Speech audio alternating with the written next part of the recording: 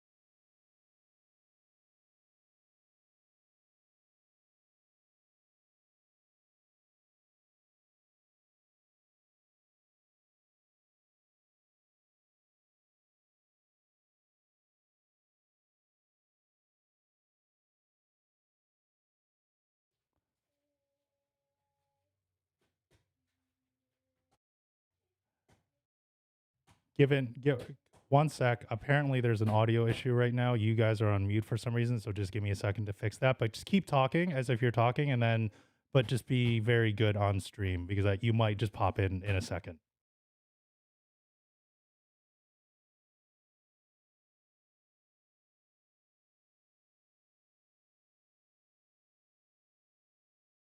Socials, you'll see it on the right side.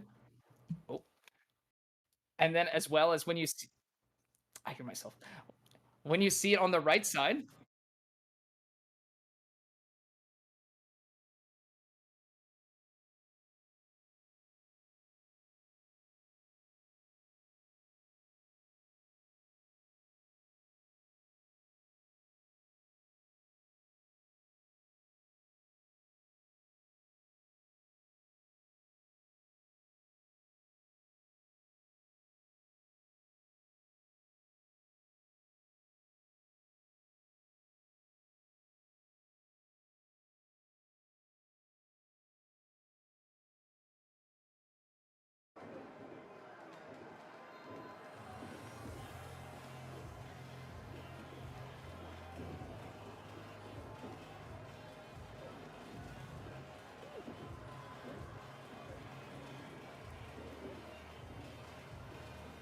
I think with 20 people here, and especially this prize pool, I'm curious as to we're going to see him at all, or if we're going to see a lot of Heihachi.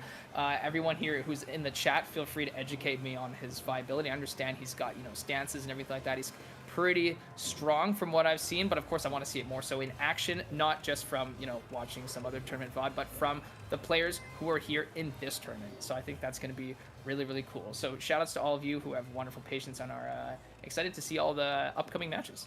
I think you guys have sound again. Just keep talking though, but I think I saw the meters on Pride. So Lobs, if you can just keep talking while I keep do this a little quick sound check. Yeah, absolutely. Yeah, no. When Hayachi first came out, I played him a bit, and I can honestly say he did seem pretty strong. But I'm not really a legacy Hayachi player, so a lot of that was very new for me. As you guys can see, I play as Lee. So a little different, not quite a Mishima, even though he was adopted in, but still. Yeah, I play as one of the least technically tasking characters around. I'm just gonna be so upfront with you. Victor is so simple. He's so easy. Of course, when used well, like we've seen from 5-4, it is a spectacle to see. But nonetheless, I think all good. Nonetheless, I think it's still crazy. I admire people who can not only play Mishimas, but I suppose in this instance, just like Heihachi in general, because I understand he's obviously one of the more difficult ones with like a wide array of different things. And here he's got stances, warrior instinct. You have to consider all these different things. Of course, warrior instinct, you only get to use it once per game and for one round. So there's just a lot to consider if you've been a Heihachi player from the past, or if you're picking him up now. There's a lot going on. So we'll see how that goes. Yeah, my legacy character was Eddie Gordo, and I found they changed him a lot between some of the past games and the new ones. I mean, there were a lot of things that were the same as well, but a lot of the new characters that they're adding back, they're sort of like messing with their style a bit. So it's great to also see how people can, relearn the new stances, the new Tekken 8 things. Yeah, their design philosophy for this game. I feel like Eddie was one of the first examples of this where we were like, oh, is this going to just be like Tekken 7 Eddie? And then Eddie was kind of shown off with a lot of a wide array of changes. Not all of them like bad or good. It's not just really this, but it just made him feel different. And I think that's what people are having to come to terms with their characters. And I think personally, from my perspective, I think these changes are pretty well regarded and also like I think in terms of it's better, it's modernizing these characters, right? That's a lot of what fighting games fall into this trap of, like regardless of which fighting game you play, like Smash Brothers, Street Fighter, whatever. As further iterations come out, how can we take something so tried and true? Don't fix what ain't broke. Ryu shoots Hadokens, he does Shoryukens, all that stuff. But how can we update it to make them in line with newer characters? Because when newer characters come out in fighting games, they got to give them like the whole kitchen sink, probably stances, new mechanics, new things. It's what makes it exciting. How do we keep those legacy characters fresh too? And I think by making Heihachi DLC and not releasing him right away giving Reina time in the spotlight and then dropping Heihachi, I think that was a really smart decision, and it makes Heihachi feel new. And I think that's what people have been wanting. So I think it's pretty cool. Yeah, also there wound up being a will they, won't they with these characters, right? And Bison as well in Street Fighter 6. Like, are they coming back or aren't they? And of course they'll say they're not coming back, and then, oh, no, we can't believe us when we said that before. They're definitely coming back. And both games have done it now. We'll have to see if Garu continues that trend with Geese. But no, it's an exciting time, I'll always say, to be into fighting games right now. Oh, I'm sure it will happen with Geese. I don't question it at all. Geese is too much of a pull. But I think the main thing is like once we get to like, you know, the whenever this will ever be, but like the Tekken 9 and Street Fighter 7 we can't fall for that again. It's not possible. No. We're not falling for that again. This was a very unique moment in fighting game history where they can actually pull that off and not have it be kind of strange, you know? Like they're like, oh, is it gonna happen? Because now it's been done, so we know it's possible now, right? And this also just helped people remind things when you're in that speculative phase of like, is this character coming? Is this character not coming? You can't believe the devs. Don't believe them, okay? Like they're purposefully omitting information or giving information in a way. Oh, hey, it's Rillo. Information in ways that you know, are designed to be misleading to generate hype and stuff. So I think what they did there with Heihachi was smart. I think with previous, you know, air quote leaks of things people were expecting for Tekken 8, there were two characters coming that weren't really exciting players. So, you know, when the Evo lights dim and you expect the trailer to be, you know, what follows with the leak, you're probably being like, oh man, is it going to be this character? You know, obviously, if you want to know, just take a look online. You'll know which ones. And then it turned out to be Heihachi, which was massive. It was a huge thing, and it played to their favors. So I think that's the takeaway here. You know, they always want to surprise, they always want to amaze. That's their whole point. And in doing so, don't believe them. Don't believe them. Anything can happen, man. We have Nike in this game. We had Chipotle. You know, anything. I don't know what it.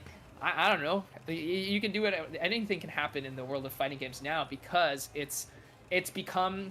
I don't want to call it mainstream, but it's in the mainstream spotlight now. A lot of content creators who are doing other things, they're interested in fighting games. Fighting games are way more well known now. There's so much more accessibility brought to them, more casual elements brought to them, but also still engaging for those who want to. Like, I'll say something that's kind of an off tangent, but like if you're a casual player and you play casually, but you get to watch something like Evo, you or watch this tournament, for example, you will be entertained and excited, even if you yourself are not as skilled or you're still a beginner. You will want to see these kind of things, and this excellent gameplay, and that's what's been so special. I think before it was really hard to watch because it was so, what's going on? But now, with it being more popular, being more widespread, fighting games are easier to understand, both as a spectator and as a player, and that's working in its favor. And that's why we're thankful for all of you who come to watch No Frames Given 5, or No Frames Given in general, any of our events, because I think that's great. So we got to share more of this love for the fighting game genre, and as a community too. I think that's really good. That's my little shout out there. Oh, absolutely. There's tournaments everywhere. Almost no matter where you are, you can search for local tournaments. Of course, MTS is based out of Long Island, New York. However, there's lots of different places you can play, and they made Tekken 8 specifically with the hopes that it would be a joy to watch.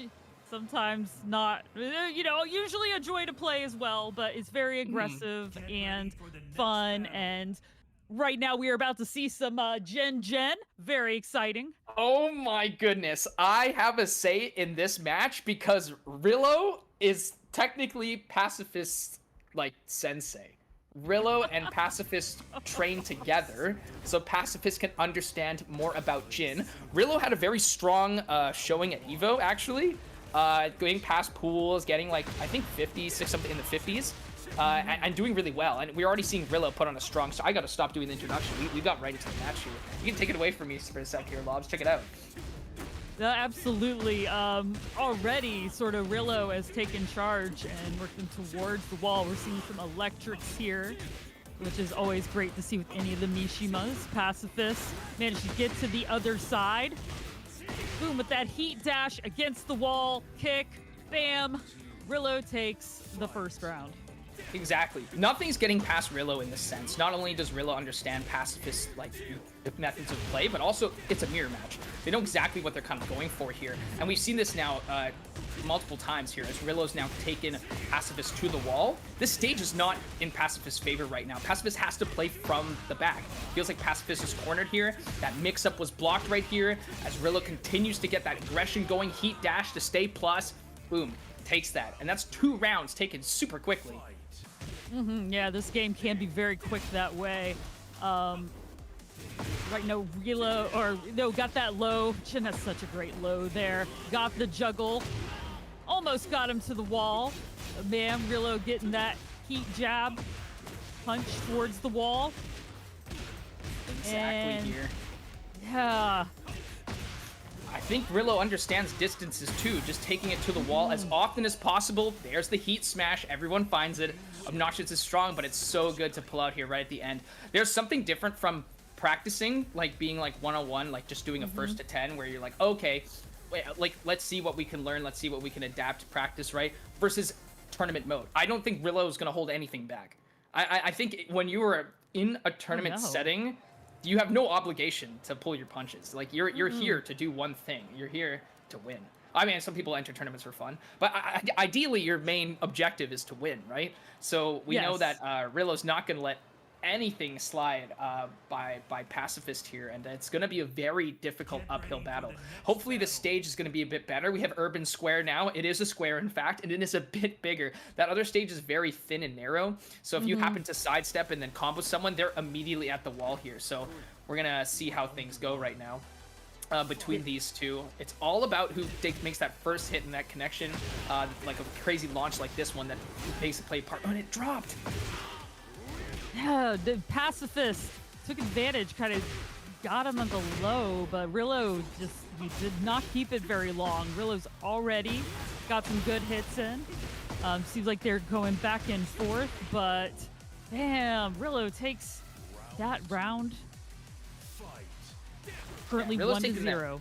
He's taking that round so efficiently, using that heat smash as well, just to like place it as well. Like usually when you see heat smash, it doesn't just end there. You get some wall carry too. Speaking of wall carry, we're gonna hopefully see some here from Pacifist. This is nice, getting the dive kick as Rillo stayed low, getting another sweep here, just doing all these cheeky lows, just kind of conditioning Rillo to being like, understand, I'm gonna do this. But amazing power crushed heat engager to break the heat first as well. They're just going back at it. This lead that Pacifist once had, it looks like it's slowly escaping.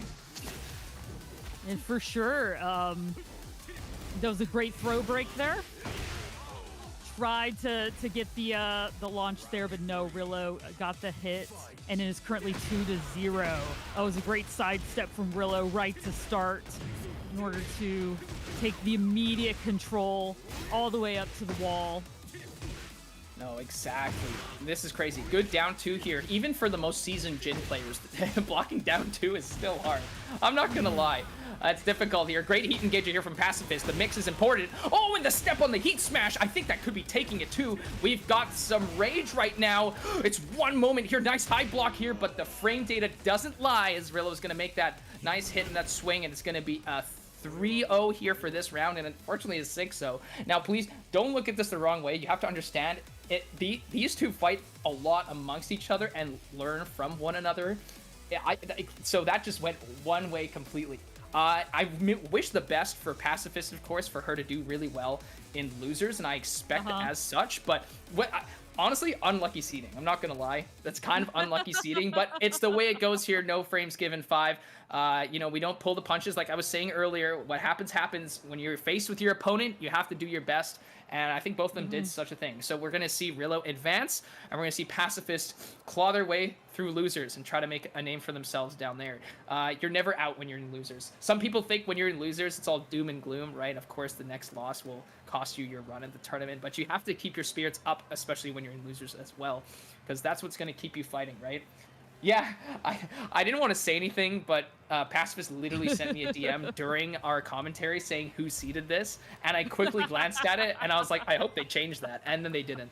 But that's okay. No worries, no worries. Pacifist, you still played really well. You're not out. Yeah. That is true. Rillo, that's really funny. But yeah, it's good. It not only was it a warm-up for the two of you, it's a warm-up for Labrilla and I too, right? for here to just get that. It's just like with fighting games, commentary's similar. You got to warm up into it, you know? It's not something that just comes immediately, you know, you got to go for it. So hopefully you two feel that you've played well. Rillo, good luck for you in the winner's side. And Pacifist, good luck for you on the loser's side. We're waiting into another match. Now, of course, if you are just like us and you're curious what's happening, !bracket is the solution. It'll tell you where we are in the bracket. I don't need to look at anything now. We actually have here on my behalf versus... Oh, the screen is a little small. On my behalf versus Piplup. Oh, Piplup, there it is. Okay, I was curious about this.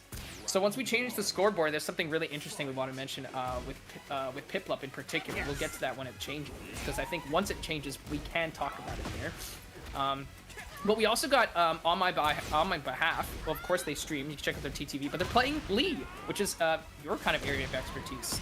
So you can take it away from here, Villa.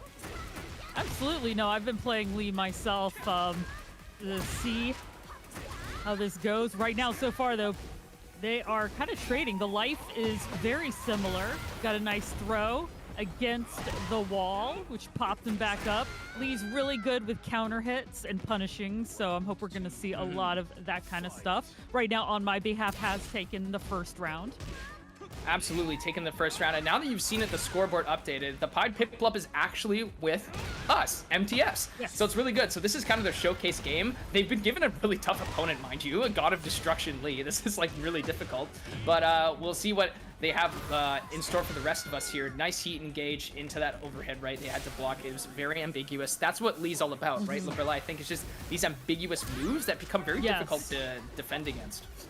Yes, he's very evasive and really good at getting moves out that are quick, that you don't always see coming.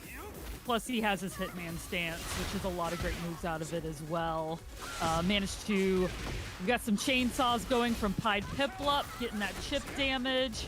So every time Alyssa gets hit, they go away. Got a heat activation, more chainsaws. Right into the wall. Oh, that was so close. I think what we saw there at the wall there, Pied Piplup was feeling it at that moment. That's the momentum that was necessary to try to claw back that victory. Of course, on my behalf, stayed very cool there, kept their cool, got everything done. But we're going to switch stages here from what I can tell, because Underground Arena at night is very, very volatile. It's explosive, as you might say, literally. Yes. So I don't think either of them probably want to come face to face with that stage. So we're gonna go to Midnight Siege, which is basically just kind of similar, I guess. One of the walls does explode. It's very narrow, but we'll see how that plays out. Right now, on my behalf, though, is showing a very strong understanding of this matchup too. That's what makes it tough. I feel like Alyssa's are very strong, especially when they understand that the opponent is not fully aware of the extent of their kit. But when you are, now it starts to become a little bit different. See that block there? That low block was crucial. Had that have connected, Chainsaw Stance would have continued, right? But it didn't. Yeah, no, for sure. Alyssa is a very interesting toolkit with a lot of different stuff. Right now, Pied Piplup is getting the chainsaws out and is shutting down Lee's stuff on my behalf, trying to get some acid rain going. But bam, with that, Pied Piplup takes that hit and takes the first round. Yeah, taking the first round here is crucial. You know, fighting games, right? Sometimes you have to get that one game of a download to kind of figure some things out here. But on my behalf is retaliating extremely well here right now. Taking it to the wall right now, getting a lot of these hits, forcing some really difficult Oki situations here. We're going to have to use a Power Crush just to squeeze our way out of this situation. Heat Burst as well to retaliate back. Oh, and the Heat Dash right in there. It's just going to clean that up. It's 1-1 now. Let's see how they start this one. Got a bit of a... down 2 there, and you know, Pied Piplup's doing a really good job of keeping space from on my behalf, kind of not letting him in as much. Got those nice little backs, getting a little down low, but yeah, no, that was a great sidestep from on my behalf. Taking it to the wall, and did not get the Rage Art. Got some Acid Rain, and with that kick, round 2 also goes to on my behalf. Honestly, that could have been perceived as a desperation Rage Art, but on my behalf was just hit like gas pedal that whole time. So, and which is what we're seeing right now, right? Constant aggression, but it's still calculated. They're still able to block at crucial moments when they expect it right now. Right now, we're playing a bit of small Tekken here, just kind of going back and forth right now. But that power crush is crucial. Obviously, causes a knockdown here. More of this cheeky low thing. If you do it once, do it again, and might as well do it again. All these kind of things are just here to just kind of confuse and make things very ambiguous for Pied Piplup. But here we go. We're gonna take a round here, nice and clean with the heat smash at the wall for the stage hazard to kind of put the victory in Pied Piplup's favor here. You know, that was a great comeback. Let's see, we are 2-2 right now. On my behalf, got a throw. Looked like they were going for a down, but no, Pied Piplup is back with some rockets and punching, worked him towards the wall. Oh man, with that cheeky heat smash. Oh right. No! Yeah. I was gonna say that the heat smash was great, but the fact that it kind of pushed Bibble in the Z-axis is a little bit tough here, but it doesn't matter nonetheless. Look at this incredible damage. Some awkward stuff with the wall because of some sidewall interactions here. It's forcing on my behalf to pop the heat burst here to try to find some way in, but here's the chainsaws now. Where do you block here? You're gonna use that heat dash to get some sort of plus frames to stay in control right now. Oh, good punish there. It's a light punish. No need for crazy stuff. You just need small punishes sometimes, and those small punishes add up, and it just added up to this victory here for on my behalf. Good stuff. Oh, that was a great round. You know, Pied Piplup was so close to coming back, but once again, you know, great job from both.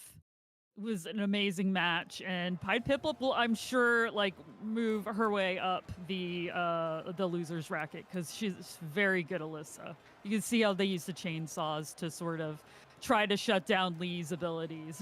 It was just that close. Just like anything that needs to survive in the wild or anything like that, I saw some really strong adaptation too. I think that first game was kind of like really overwhelming, you know, combined with the stage itself as well as on my behalf's aggression. It was a lot. But then we saw some great adaptation. Also, when you hit exclamation mark bracket, this is the page it'll take you to, where it will show you matches that are set to be commentated by us on screen here, as well as some other ones, as well as what you can expect to see from losers, the losers side as well, as you go. Of course, we are super thankful for so many players who are have signed on and want to play today to show their best, but we can't stream every game. So be sure to check the bracket to ensure that your favorite player or some of the ones you're watching and follow their journey here on No Frames Given 5. So there you go. Yeah, so far it's been an amazing show. Looks like, is it going to be Gom and Drink next, potentially? Is that the direction we're still going? Yeah, I like to think Looks so. like they're because- going Direct, now. Director Toma, yes, that is where we're still going. I am queuing them up as we speak. Okay, good, beautiful. The Drink. I love that name. The Drink. The Drink. Yes. Yeah. The Drink is such a super sick name. And we've seen the Drink here interact with us in chat, so it's great. So I love when players, like when they're not playing, like just decide to come and chat. A lot of people might have to like shake off the tourney nerves or like maybe go into training room and like practice their B&Bs or like get their movement down, keep their hands warm. But then the ones who can just join in chat and just kind of fool around and be like, oh, it's my turn. Hold on. I love that. You can see that kind of behavior IRL too, right? Director Toma's also going to say, hey, let's talk about like some of the prize pools and the sponsors and upcoming events. Yeah. Totally. So yeah, this is a big thing. Just as the screen is changing right now, by the way, please pay attention. No frames given 5, as you can see right here, but this is on the Matcherino page, which when you hit exclamation mark Matcherino, it takes you right here. You can feel free to make an account. You can sign up through practically anything, even battle.net. That to me blew my mind, but you can use your Google, you can use Apple, you can use YouTube, Twitch, whatever it is, to make a Matcherino account, because this is where you can directly contribute to the prize pool, either through your own financial means, but also, if you can check this side, right, there's Paragon. You can just hit subscribe, join Discord, follow, and you add to the prize pool as well. So keep that in mind. There's many ways you can do this. Even with little effort, you help us a lot. So check it out, exclamation mark Matcherino. This helps with the prize pool, especially because today's is so big. All right, no frames given. Number 6, Street Fighter 6 next week. Same deal, free entry, Thursday night online tournament. October 24th, it'll be myself and Tomadoc here to watch some Hadoken, Shoryukens, and whatever other crazy sort of footsie shenanigans we got going on. Yeah, you're going to see power dunks too, now that Terry's here. Oh, and this is pretty interesting too. I actually want to give a thanks to Secret Weapon for sponsoring today's No Frames Given with their $50 contribution to the prize pool through Match Arena, which we talked about earlier. They're also sponsoring Fisticuffs on Elm Street on October 27th, as you can see right there. So we'll place a start.gg link in the chat for you guys to check that out. So check it out. Thanks. Appreciate it. And we're back while we wait to spectate. So that's pretty important. So we'll constantly be reminding you guys to check those out as well. It's just, we're thankful, right, for Matcherino's support, because I think it not just helps us, it helps the players the most, because, you know, one day you would go with a prize pool, which is fairly substantial, but now with this prize pool, dude, with like, you know, 100, like you can do so much with that, right? Like it's very nice to see. So I think that gives you more incentive to want to play, more incentive to give it your best. It's really nice, because right now it's at 108 and 86 cents. Here we go. The drink is a Claudio player. Woo! And then we have Gomtech as well. And we're going to see how things play out. I love it. It's the trunks. And with no need for the sword, we got the baguette. I love it. I love the custom character customs. You can't see this IRL, right? You have to. This is only online tournament exclusive to see how things go. And so, yeah. We're into Sensei Subconscious. There's a lot of breaking walls here. And we got Claudio, who's pretty simple in concept. So a lot of it is just playing strong fundamentals, trying to take down this Harong, who's going to be a rush down, mix up heavy kind of opponent you're going to have to face here. Yeah, no, Harong definitely. Gomtech has taken that first round. Harong is our Taekwondo master, got all of those mix-ups with the kicks. A little bit of punches too as well, of course. Looks like the floor is close to being broken, so we'll have to see if that's going to happen this turn. But yeah, Gomtech keeping him at bay with the kicks right now. Yeah. I like what I'm seeing from the drink doing the down forward too. He's trying to stuff him with a counter hit because he knows that Gomtech wants to swing, right? And I think it's working out pretty well right now. And we have the drink of Starburst, but I don't think it's going to last the round. Yeah, especially with the floor break here from Gomtech. You just got to sneeze on him, and that's all it's going to be. There it is. Kick, heat dash. Oh, wait, what just happened? Oh, okay, never mind. I kind of panicked for a little bit because I was like, oh, it dropped. And there was a chance, but nonetheless, here we go.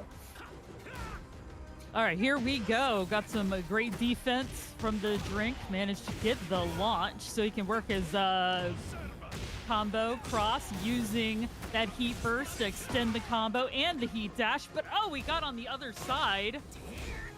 That's abnormal. That normally doesn't happen here. But nice hop kick here is from the drink as well. Getting all of this stuff right here. The forward 2 as well to get that Starburst. Starburst gives you a lot of options here, but do they even matter if you're just being assaulted here by Harong? I don't know. I don't know. And that first win here goes to Gomtech. Drink did put up a fairly strong fight here, but just like with the other matches, yeah, I think we're going to switch the stage here to see what is going to conjure up next. Are we going to continue seeing the Claudio? I don't know, but I really hope so. I do love watching Claudio. It's one of my favorites. Oh no, he's a great character for sure. He's got a lot of good stuff, but as you said, he's so like about just like doing the fundamentals well. And he just has to like put a stop to that rush down, you know? Yeah, everyone's whole like thing about Tekken from the outside perspective is like, oh, everyone has like 100 moves. Don't worry, Claudio's still also has that, but he mainly needs to focus on only a select few to be able to take a victory here. He's got all the full ensemble here. He just needs to pick the correct move all at the right time with simplicity. That's what makes him very popular here. So right now, trying to keep this mid-range distance here as Gomtech's just putting on the pressure. You can clearly see who's pressing right now. Sidestep 4s as well as these lows, just to kind of a poke as well. No crazy launch just yet. We're still playing some small Tekken at the moment. Yeah, you gotta love the small Tekken. A little bit of a launch now here from the drink, though. Using that heat to get him against the fence. This is a pretty small arena, so there isn't going to be as much carry, but Gomtech manages to take control. Will this hit? Yes, it does.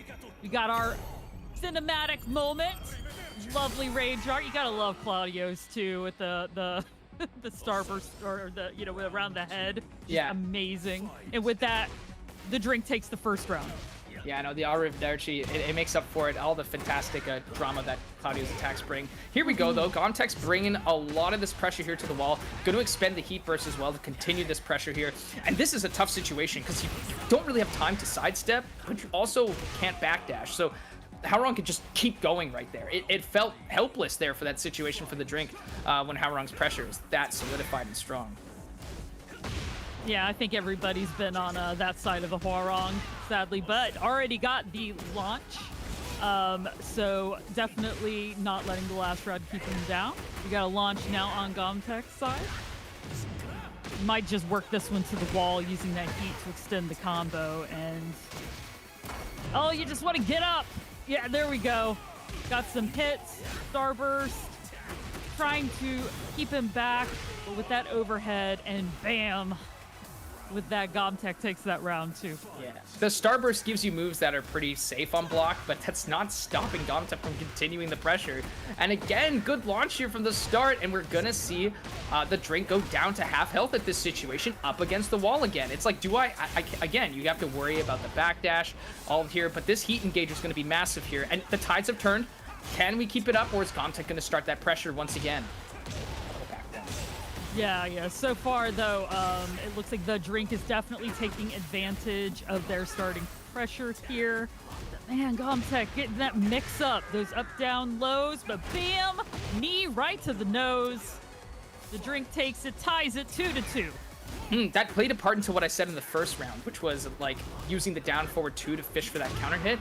Gomtek is swinging. If you can find a great way to put a strong counter hit, launcher or something like that, that's huge. Oh, that was so unfortunate.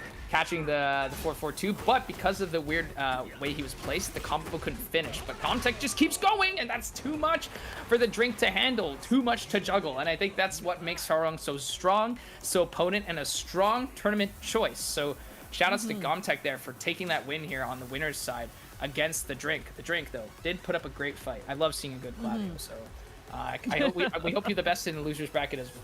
Wow. Good stuff. Yeah, absolutely. We're excited to see them. As always, I love the differing characters. Other than like the first round we saw, which was a mirror match, we've seen a lot of different characters here, and they've really been showcasing what makes them great, doing a lot of their great moves. They call me the drink. Yes. They call me the drink. That's right. Beautiful. Just beautiful. Yo, drink. What's your drink of choice? If you had to pick one drink, and you had to only drink that drink for a week straight, like what would you drink? There's one really goated answer. If you pick that one answer, I'll be like, that's a good answer. It wouldn't be my answer, but that's a good answer. Yeah. I'm very, very curious on that. I mean, yeah. Clearly, like, it is the drink. You always have to put that emphasis there, right? Do not take a drink every time I say drink, especially if the drink you're choosing to drink while watching the drink is alcohol. It doesn't sound like a word anymore. It's just a word, you know. And I mean, the drink is in losers if the drink can perform very well. You know, he's gonna have to make his opponents. You know how you say eat your words, like drink their words? No, but anyways, if we see that, we're gonna have the drink come up on the stream again, and then it's gonna kind of give you like an earworm from hearing us say it all the time. Yeah, it might be dangerous to play an MTS drinking game tonight just based off the word drink. Like, I would not recommend. Oh, okay, cool. So we got Yoshimitsu and Hwarong now. Ooh, that's a sick ult. I love to see that there from Kuime as well. We've seen Kuime in lots of no frames givens in the past. Of course, extremely strong player, right? And again, we're going to see the Hwarong. They probably play slightly differently, but the core premise of Hwarong rings true. It's still there. Yeah, and of course, Shank over here with Yoshimitsu. Yoshimitsu always being one of those characters that has like a really strange toolkit, can do just a lot of different things, and I hope to see it here. Right now, so far, they're close to life. They're both in rage.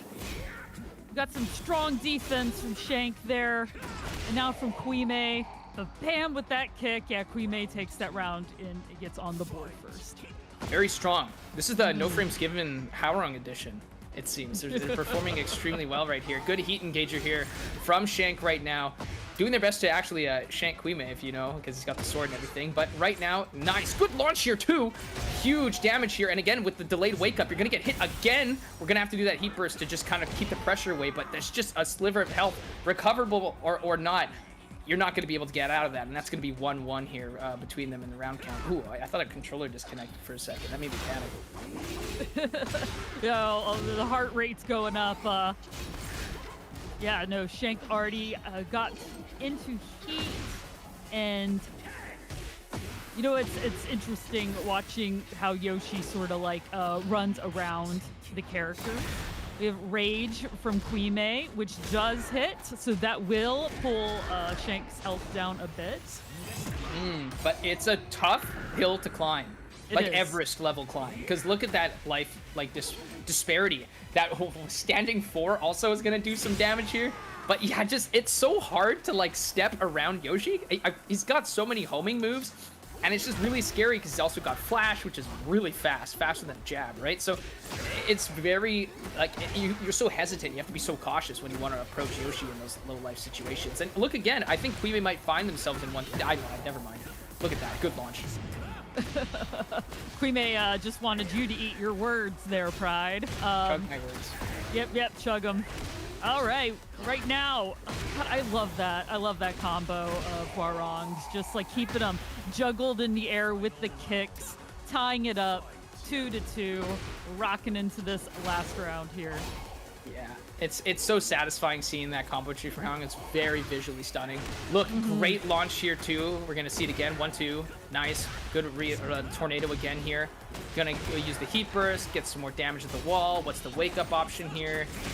And there we go. Oh, reversal here and a wall splat too. So let's see Yoshi take full of. Wait, no, sidewall interaction. Hold up. That was really unfortunate. Hold on. That would have been so good for Shank had that worked out in their favor, but unfortunately not. But they're still making it work here. Check this out. Quime now has to stay blocked. There's so much plus frames. We're going to see the Rage Art. Is it enough to survive? It is. Look at that. It's a pixel. Oh, yeah, no, because, you know, Yoshi was in a helicopter stance, where I'm going to say now, was able to hit with that Rage Art. Hit him while he's down, but oh no. Yeah, Shank managed to get with that swing. Took that. Is currently 1-0. Yeah, as Pacifist mentioned, close. It was. As Pacifist mentioned, it was caught in the air, so the damage was reduced. And we still got to see a nice, like, you know, kind of a follow-up after the fact when they were on the ground. But it's one of those, like, you know, cheeky, like, lows that don't really do tons of damage, right? There's two types of lows, in my opinion. There's the seeable ones and the unseeable ones. Right? Or the ones you kind of do to like just do a little bit of extra chip damage when they're on the ground. That's not enough to secure a win if the health is this much, right? You need to do a little bit more, and it just simply wasn't enough, and that allowed Shank to take that game. So we're gonna go to here to the secluded training ground, which is very horizontal. We got breakable walls here, and we just saw how good Hwoarong is carrying people to the wall. So I think this is gonna really work out in Quime's favor here. So Shank's got to stay on edge here right now as these two fight right now. Yeah, for sure. At least so far, Shank did get a bit of a juggle there. Didn't quite work him towards the wall. And, Quime was not able to make use of that heat. That was absurd. Yeah. I would have walked into that too, you know, honestly, because it's just there and you're like, I want to punish this, but how long is it active for, right? And there we go. Yeah. Takes him right up in there, sends him way up into the sky. Going to be able to take that round here. Tried to go for a power crush right away at round start, hoping Shank would swing, but Shank didn't swing. So that's going to be pretty tough here. And we got the heat engager as well, as these two just fight it out right here and staying on the ground. That's what shows, that's why it's so good. Absolutely. Oh man, that's not one of the breakable walls there, but that was some great patience when Quime did not walk into the blade, but did get knocked over and got hit. It is currently 2-0. Shank could take it here. Yeah, strong start here though from Quime though. Oh, nice there. And a heat engager from Shank as well. And I hate that move. That move upsets me. That move is very tough to block. It's very fast, and it's just allowing Shank to continue this lead here. Helicopter stance into the wall break here, so the stun is extended.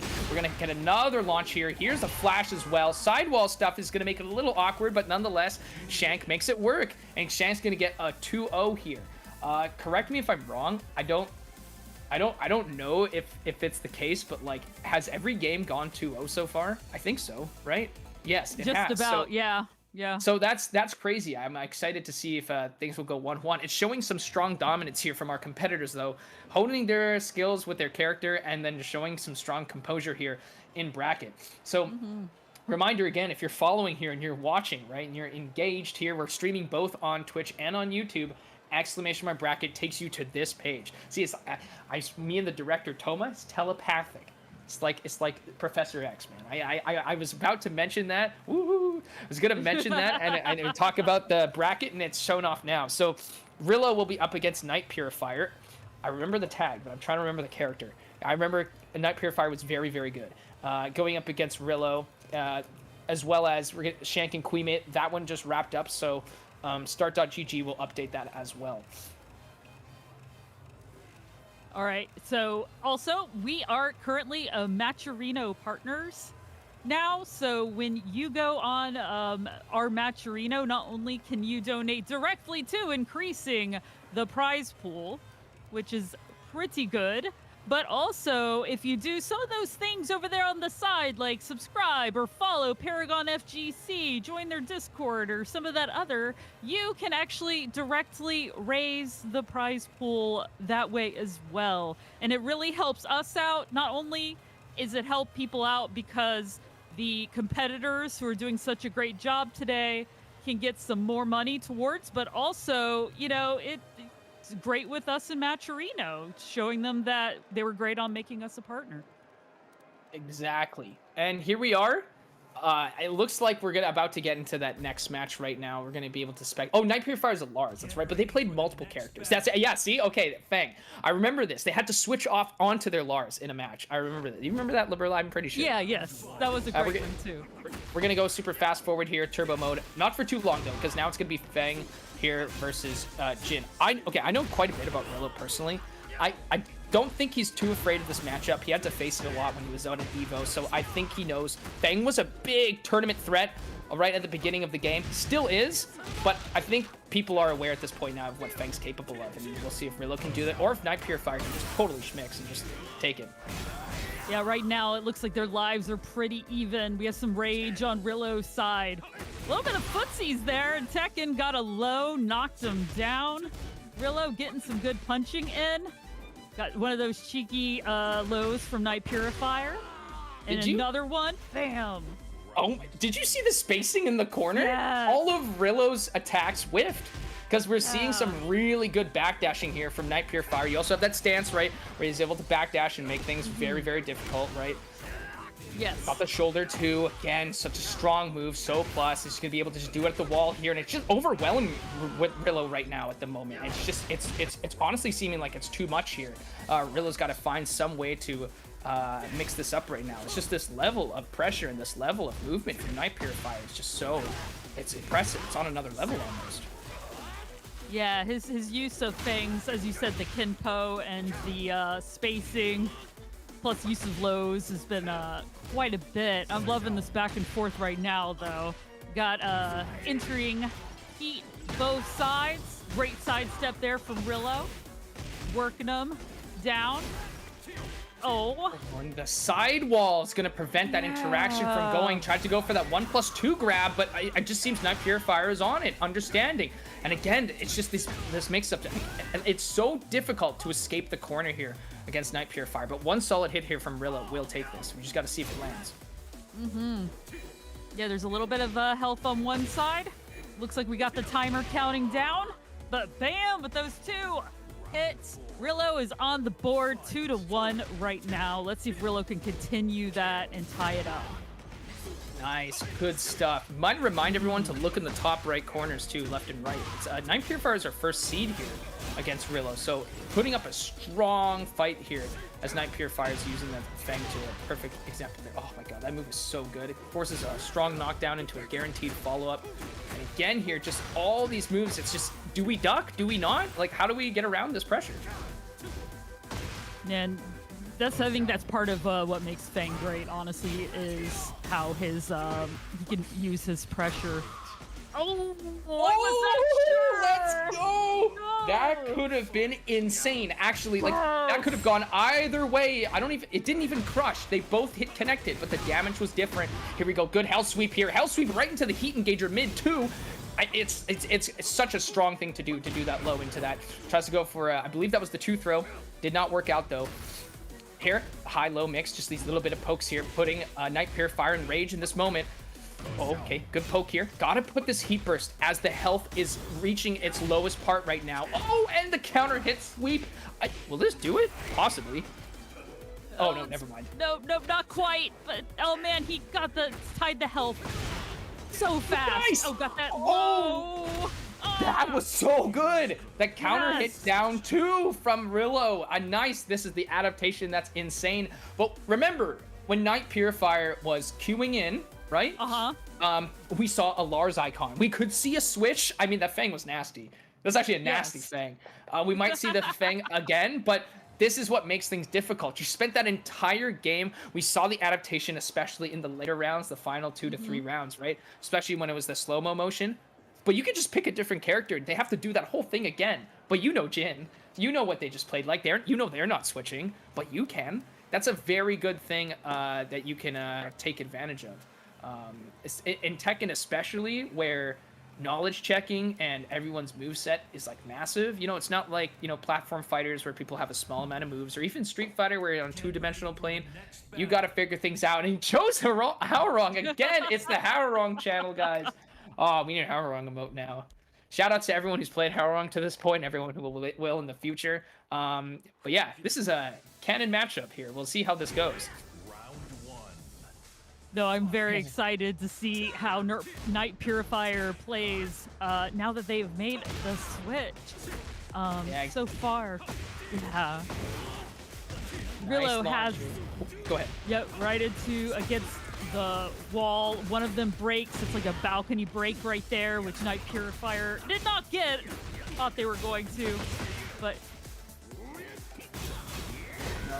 I wonder if Rillo's actually more familiar with this. Oh, went for the duck, but re-stood right into the second kick. This is going to be tough. The balcony break's going to extend this combo here, especially here, as we're going to take it. It's the satisfying combo you love to see, but still alive here, just with a sliver, but wakes up into this high, and it's just going to be too much pressure. And oh man, hitting someone right after the round win, that's some BM right there. That gets in their head, you know. That's mental stack.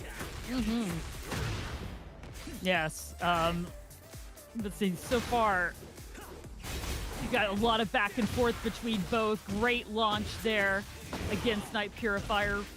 Rillo going to I was going to say did not quite make it to the wall, but using their movement just like kept it going. Got the heat dash. He's so fast. Look at that recoverable health, by the way. It's almost the whole health bar. Like, that's crazy. Wow, I know. Rillo's not gonna make that work. Nice grab break. Rillo's so good at that. I tried grabbing him. He's not getting hit by it. But regardless, it doesn't matter here.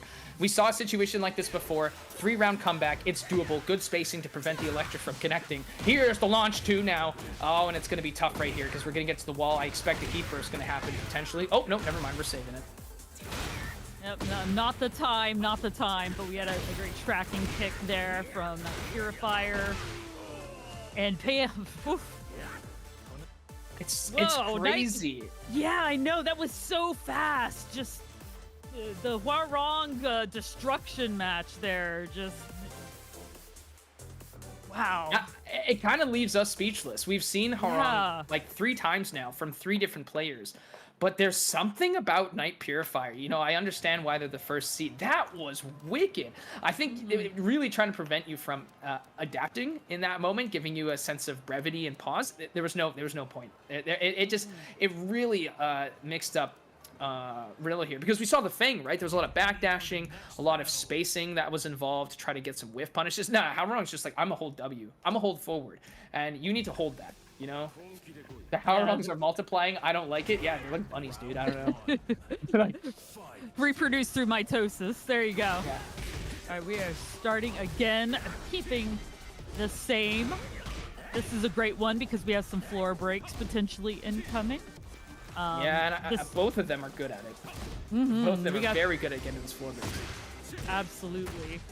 Spacing's really good, neither side, like, sort of invading each other's space. Right now, Night Purifier is getting more pokes in than Rillo. Got a heat dash, working them back. But yeah, all that, like, recoverable health. Wow, Wait. right now. Oh, hold on, he lost all that recoverable health. Oh, what? Oh, no, it dropped. Hold on. Oh, no, the spring kick. Oh, kick. that is so rough. That spring kick catches everyone, man.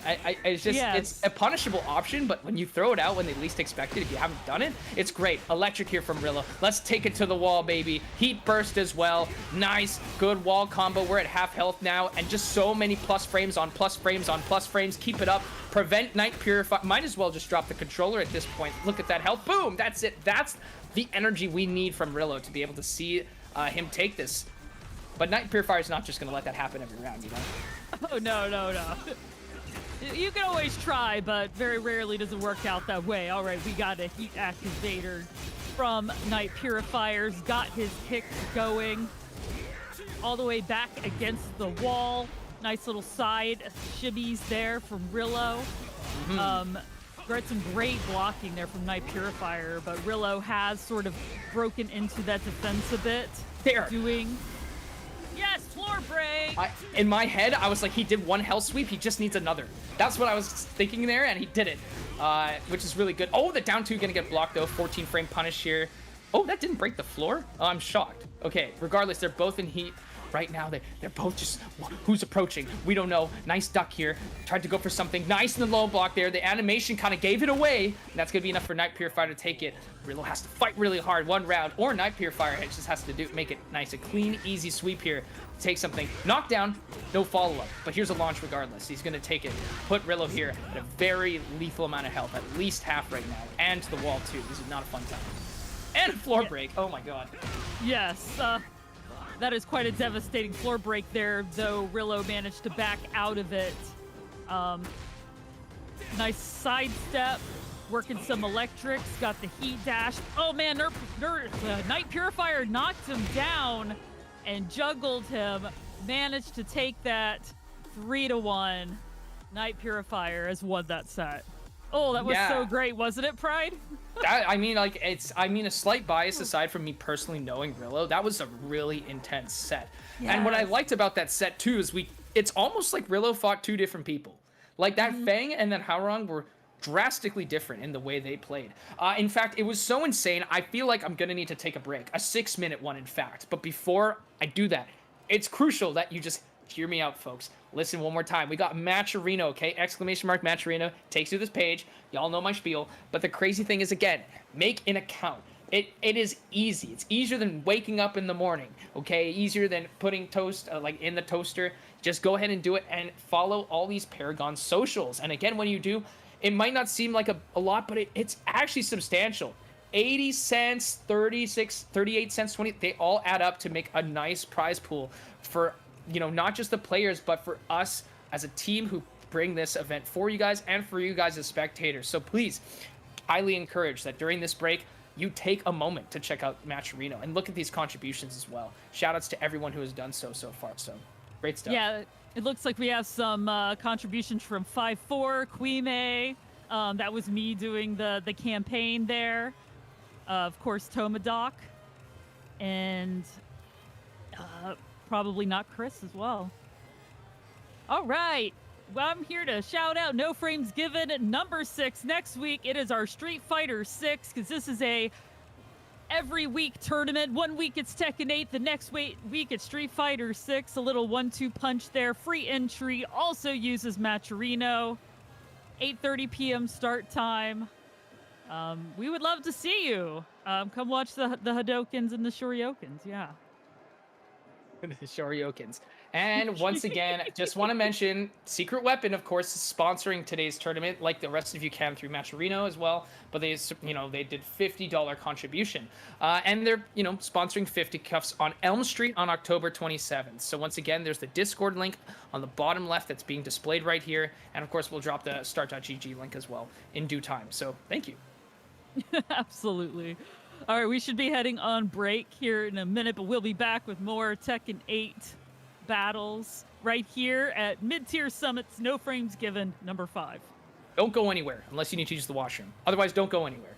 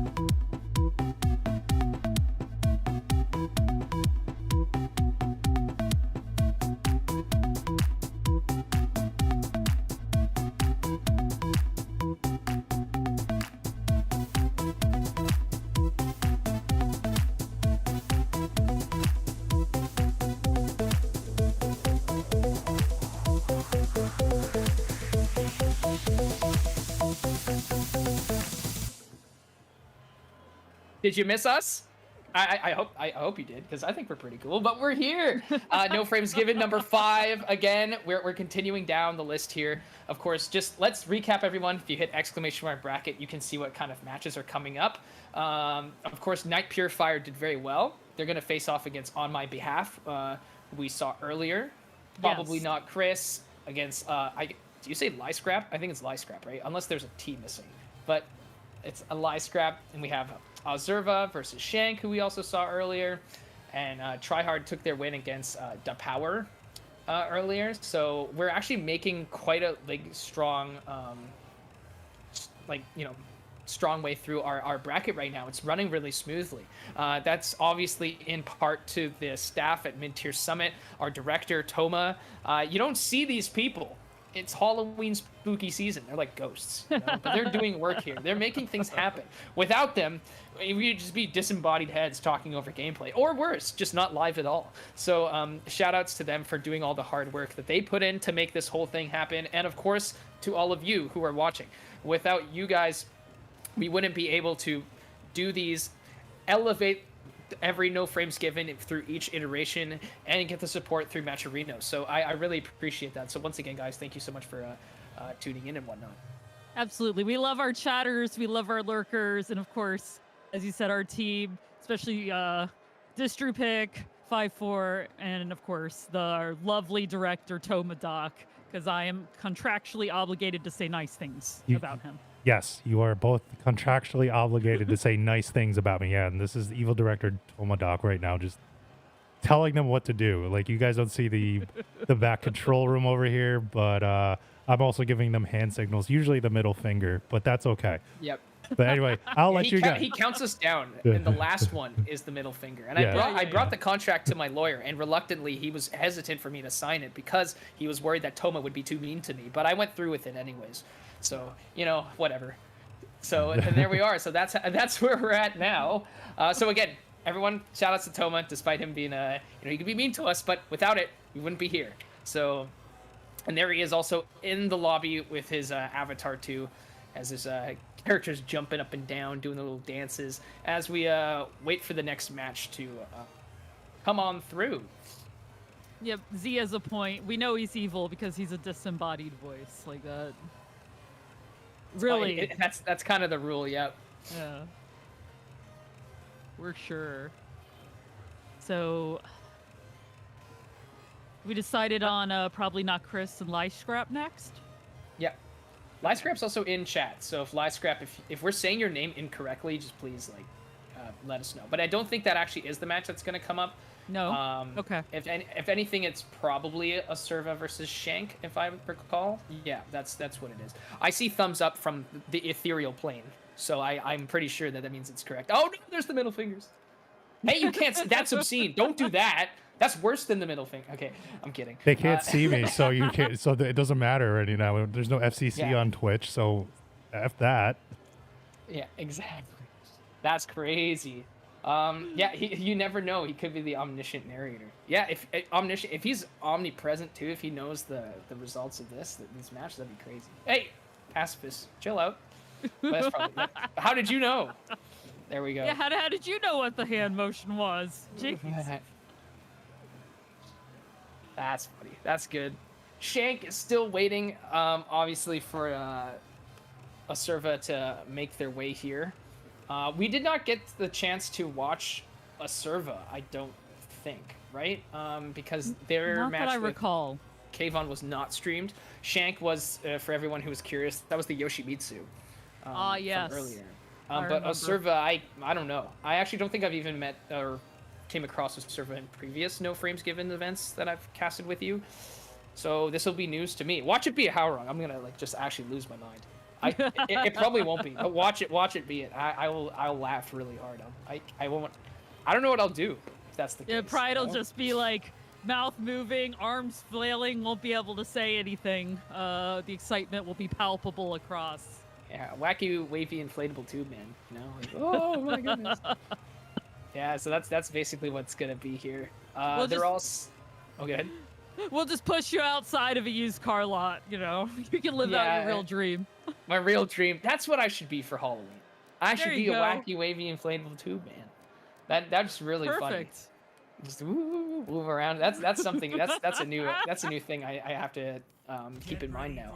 All right, we're here. It's Claudio. Oh wow. And oh, wait, hold on. Ooh. Am I reading that right? Sorry, the screen is small for me. But that online rank, I love players whose online rank is, you know, it's 8 Dan. Yeah, they're here, but they're here in this part of the tournament, right? That just means to me that you play a lot either locally or, I don't know, you just grind quick play and you're nasty with it. And again, it's Claudio, which, you know, I love to see. We see these back ones, these forward twos, all these crazy moves that are pretty simple to input that, of course, are just devastating in neutral. For sure. So we have Shank again, Yoshimitsu, and Osurva. Love it. They both have their heat activated right now. Loving how Osurva is like just like moving across the room, ending with that heat, or that was the heat burst. Yeah. The heat smash. Yeah, that was the heat smash. Oh. It's interesting because Claudio's lows are pretty non-threatening on average, but then the heat smash comes out of nowhere. So it adds an extra level of mental stack. So that's really what the heck was that? I don't even know. That looked like just like a bright light, a burst of Yoshi. I got flashbang right there. Literally flashed. See, he did it. Did I say it right as he did it? I said flashbang and he flashed. Ching! That's nuts. But yeah, here it's difficult, and we're seeing Osurva kind of space away. I think a lot of it is, you have these moves that really advance really quickly. You have back one, which is a lot better at mid-range. Your hop kick is really long range. So, but now that we're up close and personal, we want to make sure that we get full use of the heat. And we did it with the down back 1+2 to take it to the wall. Nice. Oh, the sidestep 4. Oh, and the low parry. There we go. Yeah, that low parry Shank will take the control back. Is already in rage, though there's a huge life lead there, but Shank is trying to make use of having control. It's just about got it back. Now they are tied. Wow, that was quite the round there for Shank. Oh, and hey, double KO! The double KO, that's awesome.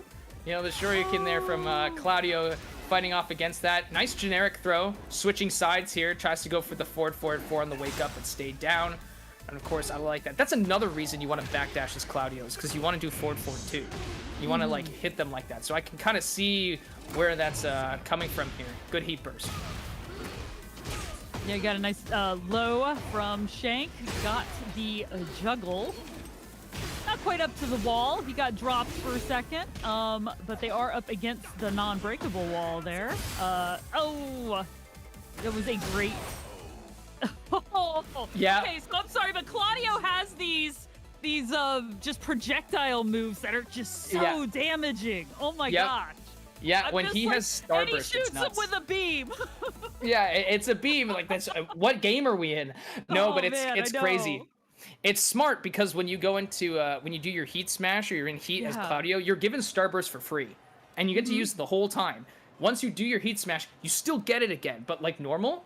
So then you just do 4-2, and then you just shoot a beam, and you're like, what are they gonna do, right? Like I don't know. Like it's the schmicks, and that's what makes him deadly, right? If his hand is blue, it's basically an install. It's terrifying, right? We're gonna go to Seaside Resort here. This is the stage that came bundled in the fighter pass, also with Lydia as well.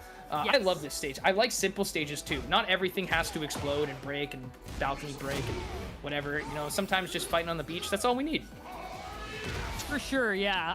And I also really like the backgrounds of the stage are absolutely gorgeous if you have time to watch them, though it's hard to do that right now. And we have such great stuff going on between Osurva and Shank. Shank has taken control. Oh gosh. That's what I mean. Yoshi has so many weird things, like helicopters, jumping on his sword, using his sword as stilts. Right now, Osurva is not taking it. Laying down, though, is just about tied that health. Got a rage into the cinematic, which, in my opinion, Claudio's is one of the best. It is. I just it's one of the love it. That So- arrivederci is it makes it. It's the best thing Yes. about it. Oh. And What the? Oh my goodness! No way! See, If you did forward, forward, 4, that might have connected, but it also might have gotten you killed too. Yes. Yeah, man. Like you were saying, Yoshimitsu, so much tricks up his sleeve. He used to have them in every Tekken and even Soul Calibur game, right? But Tekken 8, they ramped him up. So now it's like actually lethal too, right? It's a real tournament threat. And he's still got all these silly tricks. Look at him go. He's in the air. He gets this flash as well. He's going to continue this extension here. Good thing to roll though on the knockdown, because you just don't want to get hit by that. We've seen what happens when Shank does that like that overhead swing while they're still on the ground. Does so much damage. And into the low too. Who's blocking that? I'm not. That low kind of came out of nowhere. That was a very cheeky low there. Sarah got the launch and has managed to get a nice little juggle there. Oh, you can see Yoshi's also trying to like spit poison in their face. It's just always something with him. Has not yet connected, but it does force space. Got into heat. And it's a low heat smash, meaning it's punishable. So that's why it's really risky. A lot of heat smashes will leave you plus, like Jin's and stuff, but that one's terrifying here. Nice, tries to go for the down back 1+2 here. Keeping that space here. Don't want to be predictable though. You don't want to always do forward, forward 2 when the space is given. But I mean, Shank doesn't care, man. Shank knew that when they took those first round, especially the second round, they didn't have much to worry about. They just had to keep a strong distance and whiff punish. Because as strong as Claudio is fundamentally, he's not beating him out on range. It's not possible. That sword is too much. So you can, if you take that huge step back that we've been seeing Oserva do, to use, you know, the forward, forward 2, the forward, forward 4, the back 4, 2, right? These kind of long-range moves. Yoshi's one of the few characters that probably doesn't mind that, because Yoshi also wants to be there too. So I think it's just really tough right here. Hey, it's the stage. It's Hayachi's new stage, Genmaji Temple. Exactly. Has some great music. It's really pretty. Really, really pretty. Very cool. Another, I guess it's a pretty simple stage as well. It's pretty big too, which I think we need more stages that are honestly a little bit bigger, so that more neutral can be a bit played here. Oh my goodness, look at all that recoverable health here. As Shank has done like tremendous amounts of chip damage here, but forward 2 heat engage goes for the shuriken, you know, because it's got its plus frame here. Connect some extra combos here. We're going to the wall. Rage art, that should take it 100%. Oh yeah, no, I was gonna say that first part of the round was absolutely like Shank was taking control, and then Oserva's like, and watch this, recovered so much health and managed to take that round away. And we're working right into the next one. Got a bit of back and forth here to start. I love that. Just knock him out of the helicopter, just punch him right out of the air. Activating the heat up to the gate and just kicking him while he's down. Damn. Oh, this is a masterclass. That was a masterclass in Claudio conditioning and pressure. That was so good. Oh, again, just does a simple jab, get him out of the helicopter. These shenanigans, all these jokes and pokes, I don't care. And this is a complete reversal of what we saw from the last game here. It looks like Oserva now has kind of figured out what's the aggression, the patterns that we're seeing in Shank's gameplay here, right? Has to pop a heat burst early as well to try to get some sort of advantage early on in the round. We're going to use that heat smash right here to do substantial damage, but again, that leaves Oserva with a strong advantage here because he's still got heat. There it is. Yeah, this has been a great match as far as like watching how they change up their game based on each other. Oh, shot him right in the face. I'm telling you, 4-2, it's so strong. Like, again, when you're in heat as Claudio, you have your starburst. I mean, when you use it, it drains faster, but you still have a lot of it. So he was able to do 1 into 2, and it's fine. The only way you know the arrow's coming is you see the kick first. It's a kick into a shot. If you recognize the animation of the kick, you're like, oh, I should step. Because if you kick from that far away, that's weird. Who's whiffing a kick from there? But then the arrow follows up, right?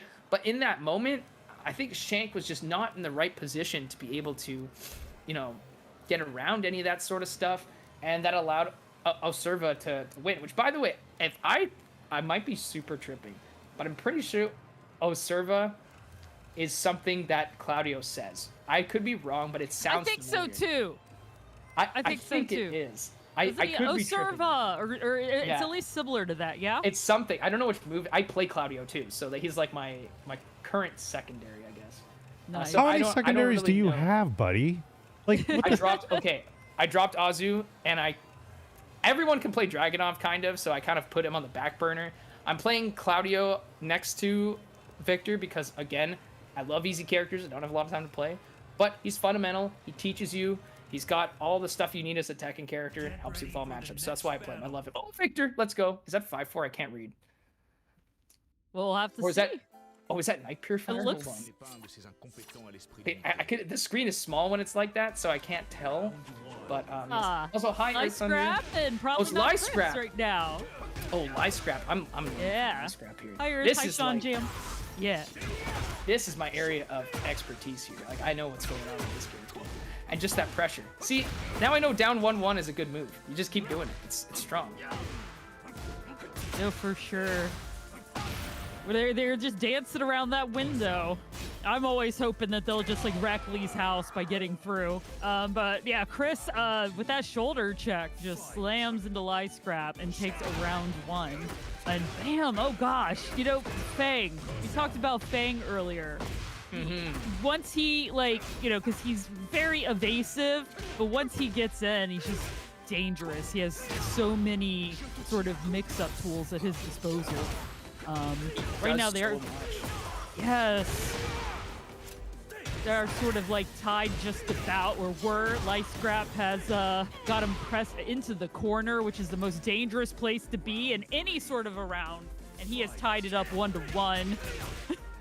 I'm speechless. I could say I can everything that say it. happened there, but I'm like, whoa, that was like insane exactly how the string happened. Down back 4 counter hit as well. You're going to get that easy while standing 2 punish here.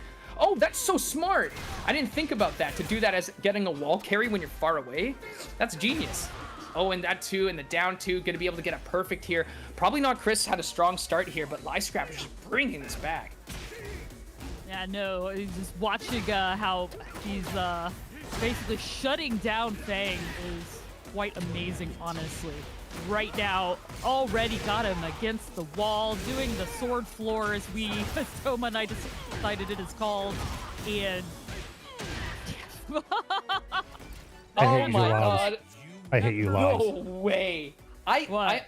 I'm staying quiet because like I know I could just blab over the whole thing. But honestly though, what the heck did I just see? Like I love watching 5-4 play. It's very fundamental based, it's very strong, but Lice Scrap just goes. And I really like the use of the, I think it's the 3-4-2 or 4-3-2.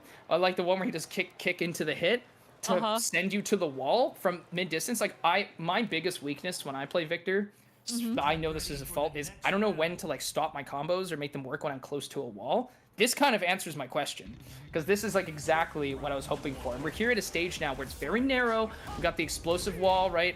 This is really good for Victor. I think he likes this stage. no, Victor seems to have a lot of great just wall oki for sure, especially with sword floor. Yeah, no, I'm loving how they're both kind of they're keeping their spacing. Lice Scrap bridged the distance, and now Chris is doing a good job keeping him from getting caught in the corner, but Lice Scrap is just doing so much damage against Chris. Got that final hit. 1-0. That's so nasty. He's doing these, he's putting on this pressure, and then he just a down back 4 counter hit, and then he's like, okay, now it's my turn again. It's never not been Lice Scrap's turn. From what I'm watching, the stance mix here, that's so annoying. He's doing 1-2, and no one's blocking the 2 here. There's so much plus frames from, what do you call it, sword floor again as well. That's nasty. There's the down 1-1, hard to punish, up 1 at the wall. Oh my god, I'm losing it. I'm speaking numbers, bro. I'm talking like from my calculator practically. This is insane to me to see all this stuff go on. And there we go, forward 2, counter hit as well. Gonna pop the heat burst up the wall, forward 2, does the low. It's so scary to wake up into Victor like this. No, you guys have turned on Pride's Tekken Geek Switch, just whoop! And we're gonna Only get for- all of the notations today. Only for this With character. that, Lice Scrap wins. how is Live Scrap 5th seed? Like that was like unreal to watch. Like I know I'm a little biased in the sense that like I understand Victor more than most other characters because you know I invested a lot of time into him, but that was really exceptional. This strong understanding of conditioning. A lot of the design philosophy we've been seeing with Tekken 8 a lot has been stance mix characters, aggression. We saw with Azucena, we're seeing with Victor. You know, even Heihachi's got some of the new stances. We have Arena, right? But man, just like making that work where really playing into the part where it's like, what's he gonna do next? How do I deal with this? It really showed how good Victor is. He's gone so far from being this like 222 machine who could also do like, you know, dumb like power crush stuff where all of it was cheesy to now he's still cheesy, I won't lie. He's still fromage. I was gonna say, I mean, DPS the fromage. He's still cheesy, but to get to that expertise of him requires a lot of like, you know, understanding of the character and doing all that sort of stuff. He's so strong when you don't have time to adapt to him. It's kind of like how wrong. If you don't understand like what's happening to you in that moment, he will catch you. Yeah, omelette du fromage. C'est très fantastique, oui. Yeah, très that's fromage. crazy. Oui. Très fromage. Oui. Beaucoup de fromage. French words. I can kind of... My French is slowly slipping. Last time I spoke French was like... To someone was like 9 years ago. But I could briefly speak and understand it. That's why I like him too. Because he speaks French. So I'm like... He's one of those... Because in Tekken, all your characters speak native languages, right? But at least with French, I'm like, you know... I'm like, hey... I got that. You can speak French. That's very cool. Vous pouvez parler en français. Je t'aime. Je t'aime. That's good. If you know je t'aime, that's important. That's a good word to say. No one's going to hate you if you say that. Say je t'aime. Somebody will hate you no matter what you say, but still. Okay, true. But at least it's a nice thing to say in French, you know? Anyways, I think right here, Toma's been running around the lobby trying to wrangle players like sheep to get into the matches right now. So we're gonna see how that goes. We're gonna be able to go ahead and spectate.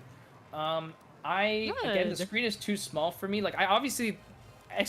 bracket will take you to the start.gg bracket, but I'm just trying to see which match this will be. But I mean, I just want to be surprised when it boots up because I saw a Lydia icon and I was like, huh? Are we seeing Lydia? We'll have to see. You know, might. Also, you can do !Discord and join our Discord. We do play games, well, quite a bit during the week, and we're helpful and nice. And no, but seriously, we're a lovely group. We have a lot of tabs for various games. We talk a lot about frames and how to better our game, because you know we're all there for the same reason: to beat 5-4 and to play. Yeah, to beat 5-4 exactly. Oh, and Dragon Ball Z is huge there right now, too. Oh, the Sparking Zero? Yeah, no, Yeah. Honestly, it's great. To me, I mean, I need to educate myself more on it, but it's like, I'm surprised an arena fighter has so much, like, competitive nature to it. Usually they're kind of considered casual, but nonetheless, yeah. So here we are. We have Oserva again, and again, I really believe he says it. I think it's something he says. No joke. believe so. I believe so. But we also have Tryhard, 7542 here. Playing the Jin as well. So we're seeing a lot of Howrongs, but we're also we have to admit we've seen a lot of Jins too. Yes, several Jins. Yeah, lots of Jins. That's a drink, by the way. Jin is a drink. You know, because Sadly, not drinking it now, but no. The drink is still here, by the way, in chat. But anyways, through all that, man, Tryhard really putting in their hardest here, gonna take that first round off of Oserva. We've seen this before, though. I mean, look at that, down forward 2 counter hit's gonna do it. Oserva has come back from the greatest depths we've seen, so you can't count anyone out here, especially this far into bracket. oh, certainly not. Is always time for people to come back. Loving the small little pokes going on right now. Both sides just sort of taking control for short bursts. Got a great throw break. Bam! Just right down. Tryhard using the electrics, getting a bit of a juggle, working Oserva towards the wall. Oh my goodness. Oh. Yeah. We both groaned at the same time because we knew like he got up and he was like, "This is my chance. I can get out of the corner." And then he just did heat smash, and it's like, okay, never mind. And it did the effect too, so you know it was probably a power crush or something. So, Yes. and it just didn't come out here. Nice counter hit as well here from Tryhard. Again, we're going to take it here to the wall a little bit. Spring kick going to be punished, right? As I was saying before, it's a great option to use sparingly, but I mean, if it's predicted, it's going to hurt. Yes. Certainly not one you want to do a lot because eventually they'll pick up on that. Yeah, Tryhard is just getting him against the wall and taking advantage of it. Right now, we have Tryhard taking the first game, and yeah, that's. I will say, Jin is a strong character, though, a very strong character. Don't get me wrong, Claudio is too, but I mean, I always have trouble fighting against Jin. No, Jin is it doesn't Yeah. matter what rank you are. I don't care. Jin is just hard everywhere, man. Jin is exceptional. He's on the box, and he's broken. He's very good. He's a very good character. He's very fundamentals based. They took what was originally like a difficult kind of character to pilot in 7, and made him pretty like intuitive and simple to use in this game. But with that said, it's like, oh my god, they just kind of gave him so much stuff. I mean, the heat smash alone is already something you have to consider here, and it's actually forcing Oserva to hop off of Claudio, which we saw, into Eddie. I think this is because we need to have some more schmicks, we need to have more mix-ups, high-low mix, just kind of keep Tryhard on bay here, as we just kind of saw right there. Yeah, and Eddie's a great choice, especially if you want to try to confuse the other person, because it's always hard to tell completely where they're going to go. I almost never see that throw. Oh my gosh. Wow, it just, all of the mix-up. It was a great little bread and butter combo there on the ground, and with that, Serva takes the first round. Yeah, no, I'm thinking the Eddie pick is working out.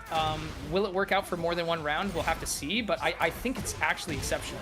Because again, like I said, Claudio is very fundamentals based. He's not got a lot of tricks. He has Starburst and stuff and things, but compared to Eddie, where you're like, where's he gonna hit me from? I don't know. So there's a lot of stance mix here, a lot of things, and again, whenever he gets these hard hits, he's getting these installs as well. Lots of mental stack being applied, and he's got great movement. He's got a crazy good backdash. It's so tough, but here, doesn't matter here. Tryhard's gonna get that and connect that launch. He's gonna be able to hit him here.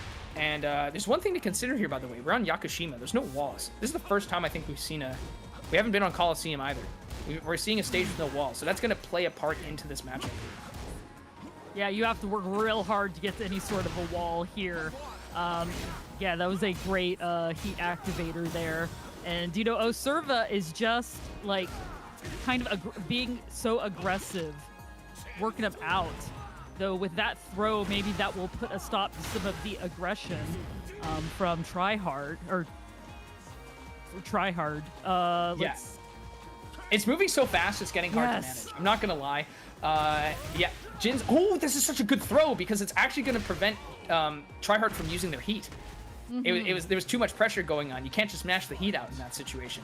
So that was really, really good here. Tried to go into stance, just gonna get punched right out of it. Here's another good Demon's Paw just to keep that pressure going. Nice. Launches him up with that heat engager, but retaliates back. Tryhard's gonna take this. It's gonna be a... Oh, wait, what? That must have been a dropped input here. But regardless, still seeing Oserva here at half health right now. Yeah, their health bars are basically tied. We got another launch here from Tryhard, and is it going to be quite enough with the heat dash and the punch? Yes, it is, absolutely. Tryhard ties it up right now, 2-2. No, exactly. I saw Oserva tried to sidestep there. Not going to work. It's very tough in these situations to get around Jin like that. Counter hit down 2. Oh my goodness, we're going to take it all the way. I was going to say to the wall, but there's no walls. We've been saying that all day, but there's no walls to take it to. But nonetheless here, good 2-break.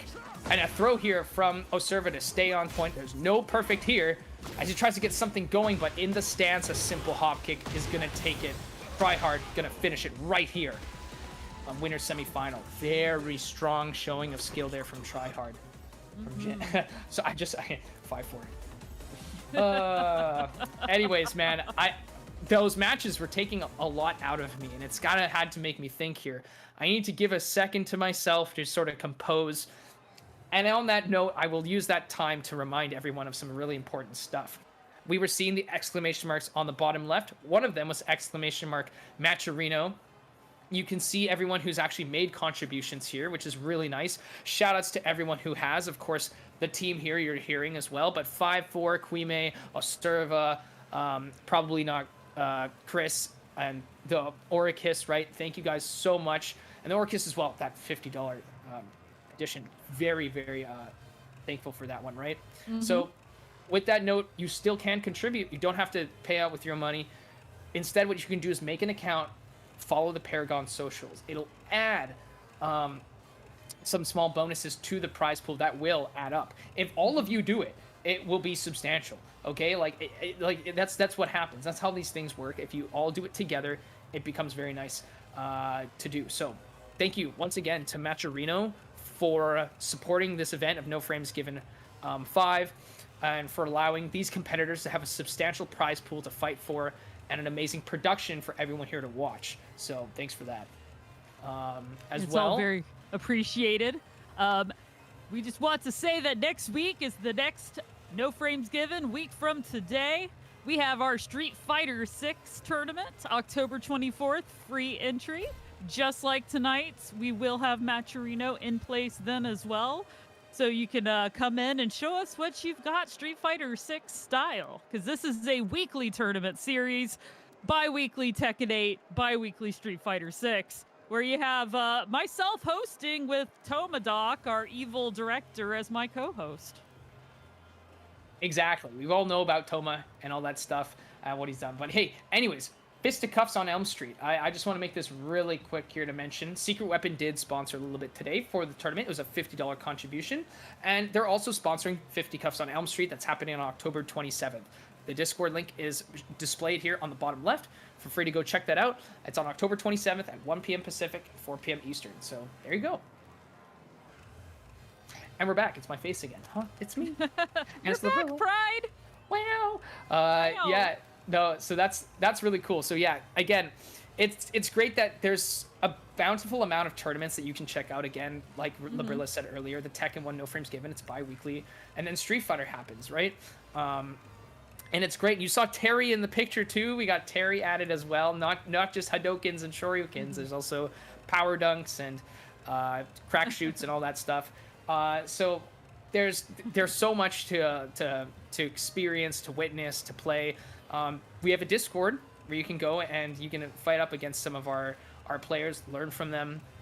Don't be shy. Like we were saying at the very beginning of this tournament here, fighting games are here to stay, and they're more accessible than ever. So don't be afraid. It's like going to the gym. Everyone there who's really buff and strong, they're probably some of the nicest people. You just ask them, hey, can you help me?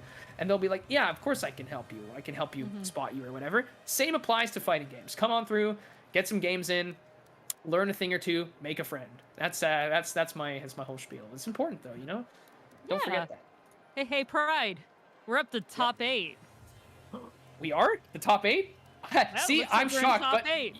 you wouldn't be shocked if you were checking start.gg bracket by hitting ! bracket. Takes you to this page right here. Oserva and Tryhard, they just finished their match. That'll update shortly. Night Purifier and Lie Scrap. Night Purifier DQ. Probably got something going on. All good. Means more victor for me. And then we have the losers bracket as well, which I think we're probably going to start streaming some losers bracket games eventually as we get closer to the top 8. Until Thomas says, I'm actually unaware of what the next match might be. So because I think some are already in progress. Should be Night Purifier and Lice Scrap. Night Purifier, Lice Scrap. Okay, Night Purifier though, it says on the thing DQ. But we'll see how that plays out. I have no idea. Probably some adjustments can be made if that's the case, because that's really weird. But yeah, I would love to see that, because Night Purifier again was the thing we saw that switched to Howrong to fight Rillo, right? And then Lie Scrap was just the victor. That was just, I kind of made me lose my composure. Like commentary is a two-way street. It's a duo involved. It's not just me. It's myself and Labrilla. But when Victor's on screen, it's like really hard for me to be like, oh, I that's when Pride completely like fanboys out, just like excited, bouncing around in his seat. You know, it's a great time. Oh, there we go. So Start.gg is just, that's what I thought. There's a mistake there. It says DQ, but we've got them fighting up against each other. And Night Purifier, who plays all these characters, is playing Shaheen. Looks like Shanks, oddly enough, from One Piece. I could be wrong, but we're seeing it now. here on the Arena Underground. Yes, this is quite the nasty map with all of the wall explosions and such. But right now, Night Purifier has got him against that wall. It is going to explode and managed to take advantage of it. Wow, that was interesting. That down 4 is a counter hit, right? But it traded, so it didn't do the animation. Crazy. Down back 4 here, tried to go for the down back 1+2 or the down 1+2, did not connect. Night Purifier is very composed here. I think Night Purifier understands the kind of aggression and play patterns that Victor tries to do. And I think Night Purifier understands it. And picked Shaheen, who's fundamental and strong, kind of like Cloudy, right? So if you know what to do, you do the right things here. And we're going to the wall. Yeah, this is not one of the explodey walls, but he's slowly working him towards it right there and managed to catch the side of it. Light Scraps just keeping that aggression going, working him towards the next exploding wall with the... Oh, and that one explodes too. Oh my gosh. That was nasty. Light Scrap. Oh my god. In situations like that where the combo's gonna drop, I was like, what's he gonna do? He canceled it and then did a heat smash. I was like, oh my god, that was so cool. Oh, got the double explosions there, like for instant. Like just, anyway, I have to move on. Night Purifier getting the juggle. Let's see if he can turn the tides back. Oh, with that great low parry. Got the explosion right to the center of the map again. Whew. Oh, and the Heat Dash 2. Tried to go for a while standing 1 for a counter hit, but not going to work out here. Oh, I love that. Down back 4 again. It's pretty much unseeable. It is block punishment, though, so, but it's just hard to see, right? And that's not going to work on Night Purifier. Not going to work here. The up 1-1 is going to be good. Tried to make something connect. Oh, no punish. That could have been it for Night Purifier, but regardless, he's going to squeeze out a win. He figured it out. It's all good. Yeah, for sure. 1-2 right now. Let's see how Light Scrap's gonna respond. Oh, got that slide. Knocking him down. Elbow to the face. Working him towards the wall. Get some good Oki there, which is just extra damage. Bam. Oh, there was no even coming back from that. Night Purifier with his Shaheen takes the first game. Wow. Wow. Just wow. Wow, Pride. 7 golden letters. So I find that Victor has a similar weakness that Noctis used to have, because they're sort of similar. And it's like, if you get in his face and Victor is not in his flow state, you can pressure Victor very hard. It's very hard for him to kind of get out of like situations like that in the corner. You know, seeing that Shaheen slide on the wake up and then just being really up close in his face, it's tough. Victor kind of wants to play from like 2 back dashes away. He wants to be able to do his down forward 2s, his down back 4s, his back 1+2s, just be able to kind of like connect that way. But when you're up in his face, it's tough. I'm not saying it's impossible, Mab. I'm saying it's tough. I'm saying it's tougher. Victor otherwise is pretty much like, in my eyes, a perfect player. It's very good. Okay, well, I'm just gonna step in between you two, because apparently we need it. We're gonna see, that is the one wall break that we have here. Right there, though, Night Purifier is pushing Light Scrap back away from it. No glass break for me, he says. Got quite a bit back into the round. Got heat going on from Light Scrap, but Night Purifier does not let it interfere what he's doing whatsoever. He takes that round. I'll comment on what Mab said earlier, but I want to focus on this match at the moment. But it's true. Actually, I kind of agree with Mab. Nice, that down back 4 counter hit here as well. Gonna get a nice little combo started. Something pretty simple here. 2-2 does that as well. And then, of course, we're at the wall here, so it's the schmicks, right? Like, once he's in stance, is it going to be the mid? Is it going to be that long low? Is it going to be him putting the sword down? It's so tough, but here he's going to use this heat smash to be able to squeeze his way out of the corner. And Night Purifier gets a launch. That's really good with the hop kick there. And that should be able to take it. Oh, no! Did it drop? What happened? Oh, it's okay. They just needed an extra kick to the face, that's all. All right, we are 2-0 right now. Oh, man, with that whiff punish there from Light Scrap, kind of working him towards getting the heat activated. Nice little low. That's very good. He's got the 1-1. That down 2 where he's putting that, where he's using his karambit and swinging down, that shit's 0. That's 0 on block. It's very, very good. So we're seeing a lot of that come from Lie Scrap to just kind of keep the composure here. But I mean, Shaheen can do a chop himself and keep things going right now. Again, more plus. He has to respond with Wild Rising moves here. As Night Purifier continues to do that, and that's great conditioning to do all those mids into the slide. And we got a counter hit too. Night Purifier is here to take it. Winners semifinals, if I recall, is still best of 3. So that's going to be Night Purifier, proving why they're the first seed with a pretty much a crazy library of characters to choose from. So this is a spectacle for us. We love to see that. Mm-hmm. No, if Night Purifier's or his name's very familiar. I'm pretty sure we've actually seen him here at No Frames Yes before. Always plays very well. I was excited to see that he was participating in tonight's tournament.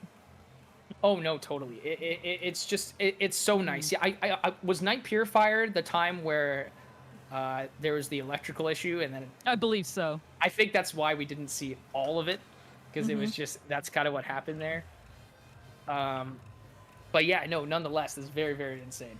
Yes, that was not my fault, by the way. That we had issues with weather and stuff, so not my fault. No, I mean, unless you're Storm from X-Men, I don't think that was honestly in your control. So no worries. What is in our control, though, by the way, guys, is we're gonna take a 6-minute break right now. I can continue this, whatever this Victor talk is in the chat or something, or comment on it when we come back. But please, don't go anywhere.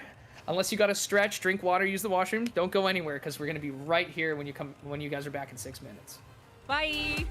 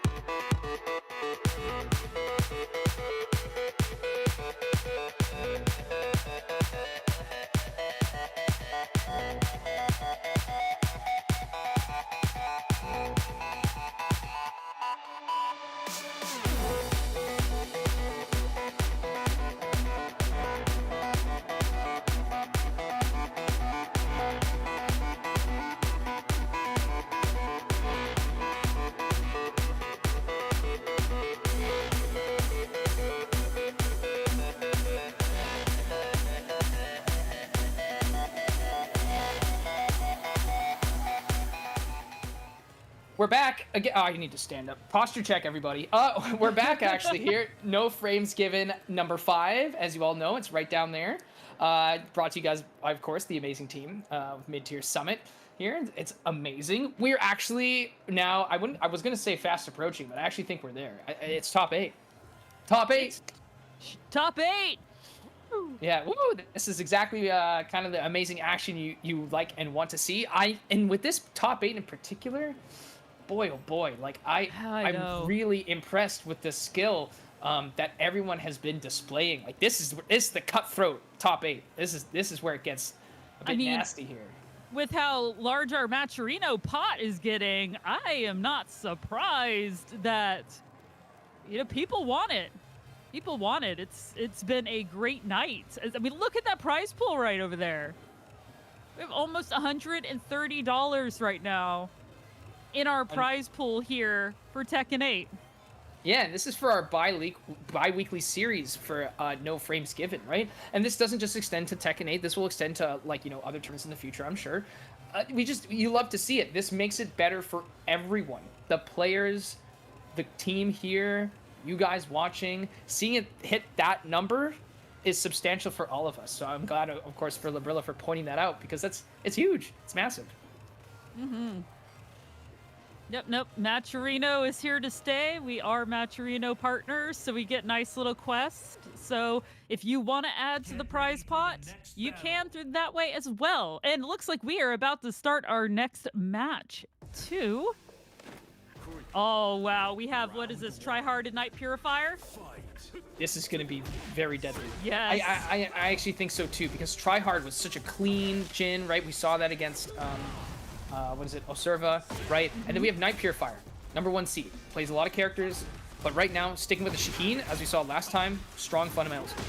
We're seeing both of them. These guys are fundamentals with a bit of Parmesan sprinkled on top, right? You gotta have a little bit of that to succeed here in Tekken 8. And right now, great heat burst here, taking it to the wall. The floor has got very low health too, so one solid floor knockdown is gonna take it. But we don't need it here for Night Purifier for round 1. She's gonna do a simple down forward 1 and clean it all up. Right, yeah, you could see that pink in the floor. That means it's getting ready to bust. So we'll see if any of them get it. I was gonna say, they're doing some great pokes right now, back and forth. Poked each other, they both fall down. Nice slide. Oh, wait, that's right. Ooh. Heat bursts are susceptible to lows, like any power crush. So that's really good here. And my goodness, this is tough. Tryhard's got a lot of recoverable health, but they gotta keep their distance. Let's use that heat smash to get a bit of priority here, and they're gonna do it to put more pressure on the wall. The floor finally breaks. We're gonna extend this, and that was a lot of recoverable health recovered for Tryhard. I said recoverable. That's all good. Tryhard still has a bit left, but Night Purifier gets some nice little, looks like that might have been a down forward 1. Managed to take that 2-0 right now, and starting off strong, getting a nice juggle. Had a block to slide. Now Tryhard is in control, doing some damage, breaking the next floor right into Jin's subconscious, just taking him deep into his mind. He lives in his head rent-free. Look at him go. But yeah, I love the conditioning we've been seeing, right? Lots of mids into the hell sweeps. It's been working out really well. It's like the Mishima staple, right? And it's great duck, by the way, from Tryhard. Oh my goodness, that was nasty. Right into that. That was so good. Very clean retaliation here from Tryhard to get 1 on the board here.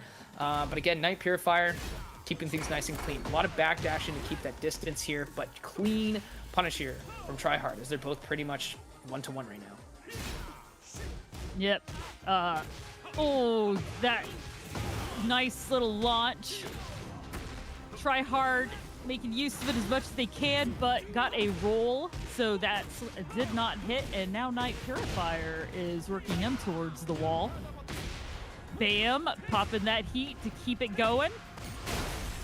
And just breaking the armor. Yeah, guard break. That was so clean here from Night Purifier too, right? I mean, Tryhard's playing at their absolute best. I can see that, but it's just something about the way Night Purifier is playing. It's almost like an immovable wall, and they just said, screw it, we're not going to switch stages, which is a rarity today at No Frames Given 5. Most people want to counterpick or switch, but they're just running it back. They don't want to lose momentum. Here we are, lots of electrics here. Use the heat smash, more electrics here, but Night Purifier is not phased, keeping that good defense. Showing defense is still strong in Tekken 8. Keep you from getting hit.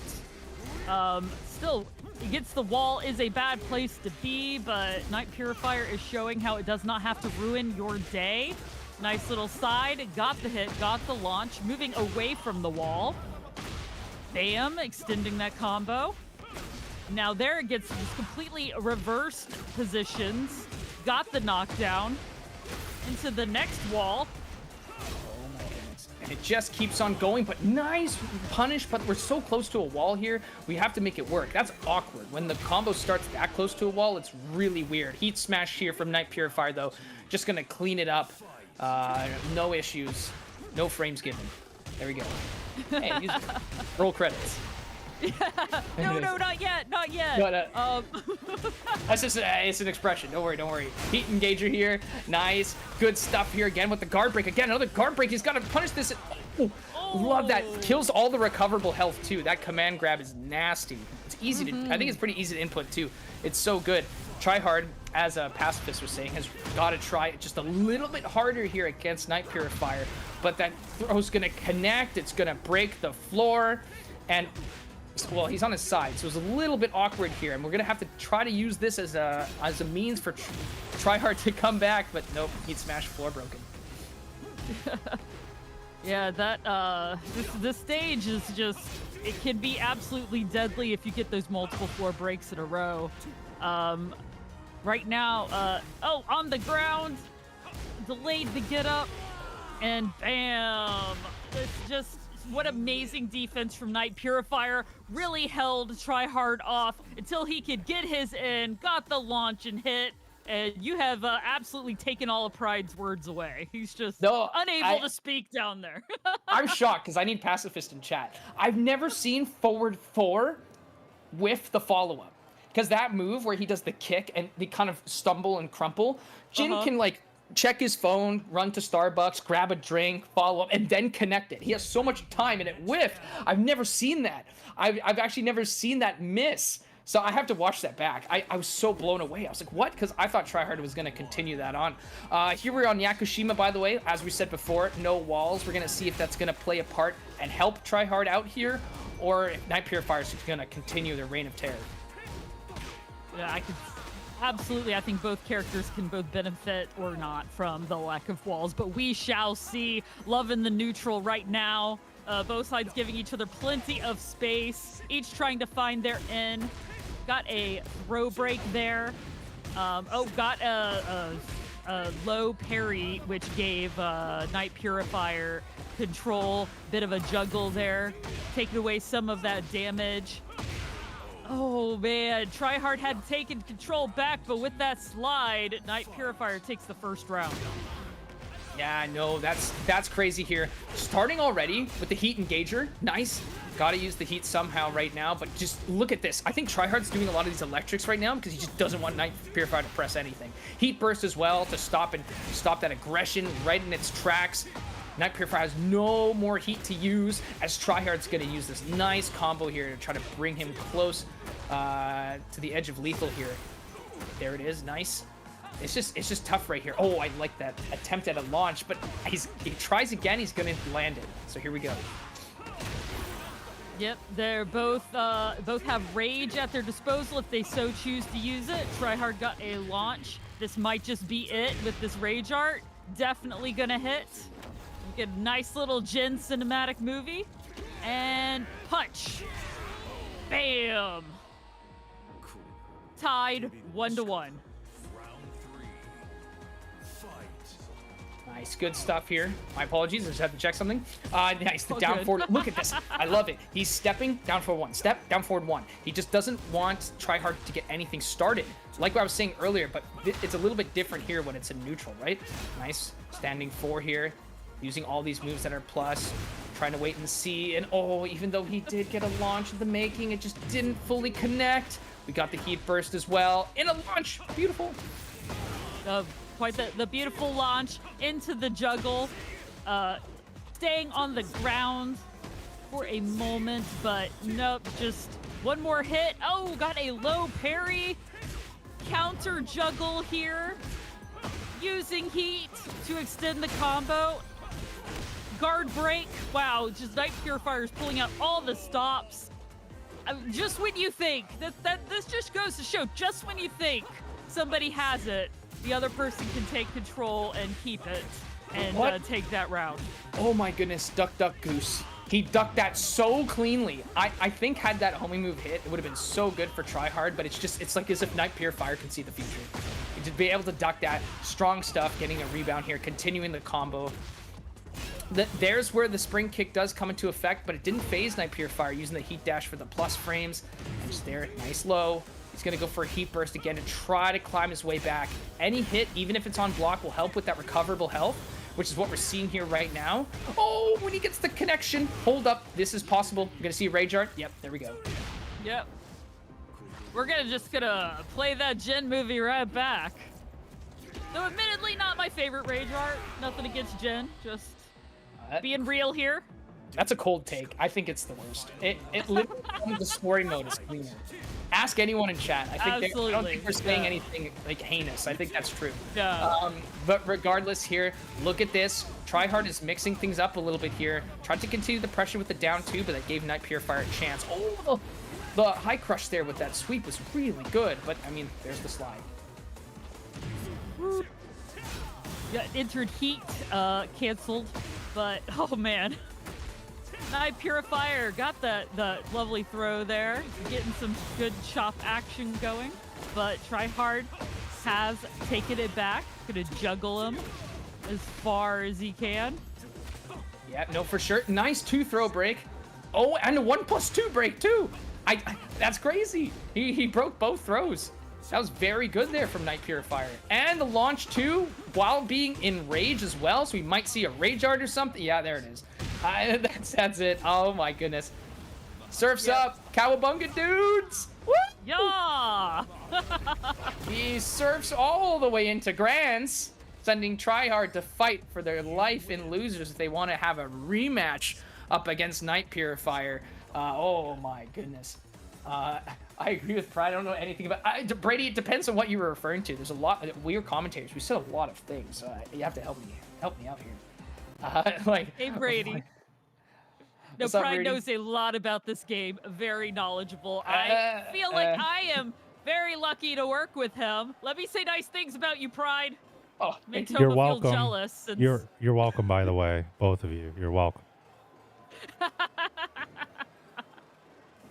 Hey, Crispy, thank you so much for that Prime Gaming subscription. Chugga chugga choo choo. We got a hype train. Oh. That means all y'all should keep that up, right? We got Pacifist, she wanted to sub to escape the ads. Honestly, I'm commentating, but I opened it on the side, and I was stuck in ads too. That means I have to subscribe. What am I doing? Here we go. You guys need to subscribe. Please subscribe. It actually helps our production out, too. And there'll be other ways for us to get more money from you so we can get a better production for you out there. Yeah, maybe we can get a new director, too. Hey, I'm just kidding. Hey, hey. Want me to rip up those contracts right now or what? No. Love you, Toma. Jeez. Jeez, it's okay. No, we're actually all good here. Yeah, I might be trolling them right now and everything like that, but we couldn't have done it with any of the people that are here tonight. Obviously, you see Lobs and Pride. they're doing the commentary tonight. I'm actually in the back here in the control room trying to make sure everything is running correctly. You just hear me as a disembodied voice. But we also have DistroPick in the background that's also running the tournament as well as 5-4 and Crispy doing some assistance for us as, on top of it. Also want to give a shout out to one of our newly added players, Pied Piplup. I don't know if you're still here, but we just wanted to welcome you in. I just wanted to welcome you in publicly. We love having you on the team. I think there will be great things for you. You are a strong player, but more importantly, you are a great person. So with that being said, I'm just wanted to say that there's so much love and everything going on. People were like giving money to us. Well, I mean, I gave some money too because I was obligated to, but other people gave money to us, Pride, like, and Lobs. Like, what's up with that? I think that's crazy. They gave us money. I'm so happy. And do you know why? Not us. They gave the players money. They gave the players money. Oh. Well, Okay. no, there's also a hype train going on right now, fair so there's enough. all sorts of love going on all over the place. There is. That's right. Prometheus being on point, saying that we had to hit 129. Yeah, that's true. It is 129. It could be even bigger though when you make your an account and you subscribe to all of Paragon's socials. It really helps. It'll actually add on top. Just make sure. I think what happens is make sure you actually do drop the follow. I think that's how it makes the connection. Like, don't just like click the button. You have to follow through. But then when you do, it really helps us out and helps everyone out here. Because look at these, I can tell, right? Like, everyone who enters a tournament obviously plays to their best, but we've done no frames given commentary, I think, since its initial launch, even the previous one where it was 0.5 when we were still working things out.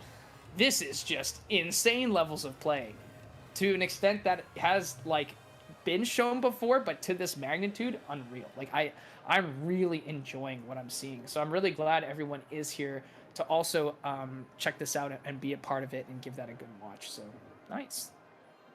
No, the amount of support we've had here has been amazing, both behind the scenes. And of course, I always want to say thank you so much, chat. You guys, we want to be here. We want to give you a great show. We want to be entertaining. And if we've made just one of you guys smile, it's a great day.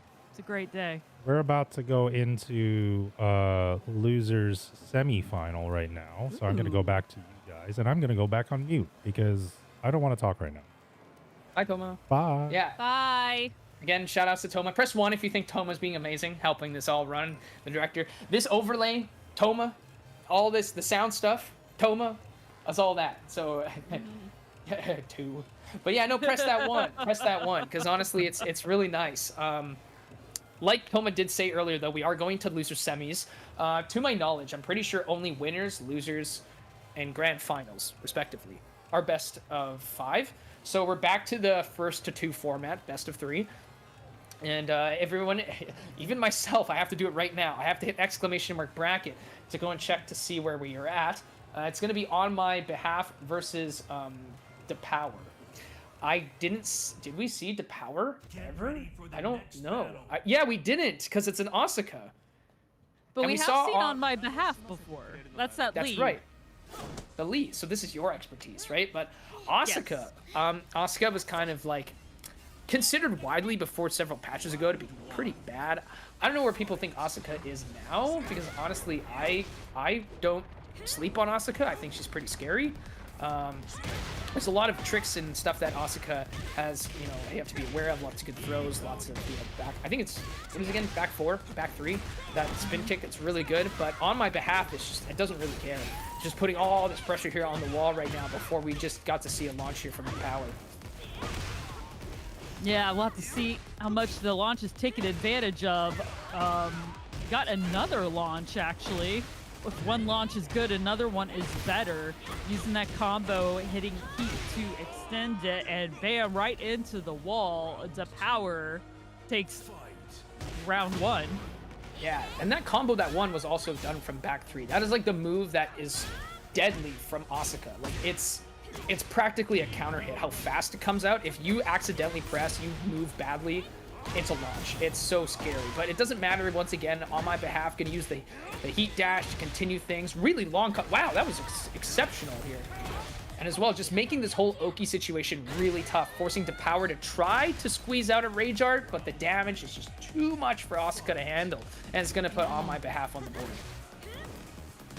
Yeah, no, you're now really making use of some great side steps. Honestly, this Lee is using the third dimension there pretty good, and has great defense. The cheeky low got one of Lee's great bread and butter combos. He very much can work them to the wall very fast.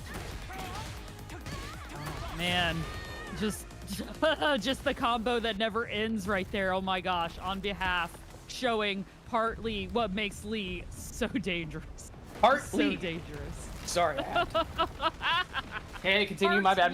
Yes. Partly. Yes, that's right. Back three? I'm just kidding. That would have been really funny if they had started with that. Oh, wow. Nice attempt to the slide there, but good block right here. As Power is going to try to push through. I like, again, staying on the ground for a period of time is very useful. If you always just wake up all the time, like me, you're going to get hit by things. So I like to see that it's happened there. Heat Burst as well when you back into the corner. But the Heat Smash from Power is just going to continue to make the aggression smothering. It's too much right now. Gonna get the install here as well. Good defense there from On My Behalf, by the way. My goodness, that was so clean. But there it is. Power keeping it up. That ties it up 2-2. Both sides are gonna have to pull out all of the stops now. Great little running 3-4 there. Definitely using the stage, but the Power got the launch. The Power to launch. Sorry.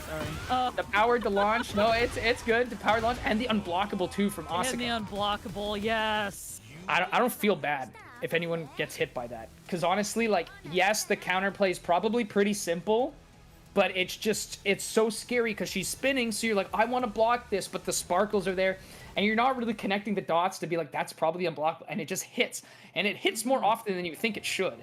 Yes. So it's the Power, by the way, played the entire match without doing it, and then cleaned up that final round by throwing it out when you've created so much mental stack and wore down the opponent to put them on edge with their defense. That's what mental stack really is, and everyone who can be aware of that concept should.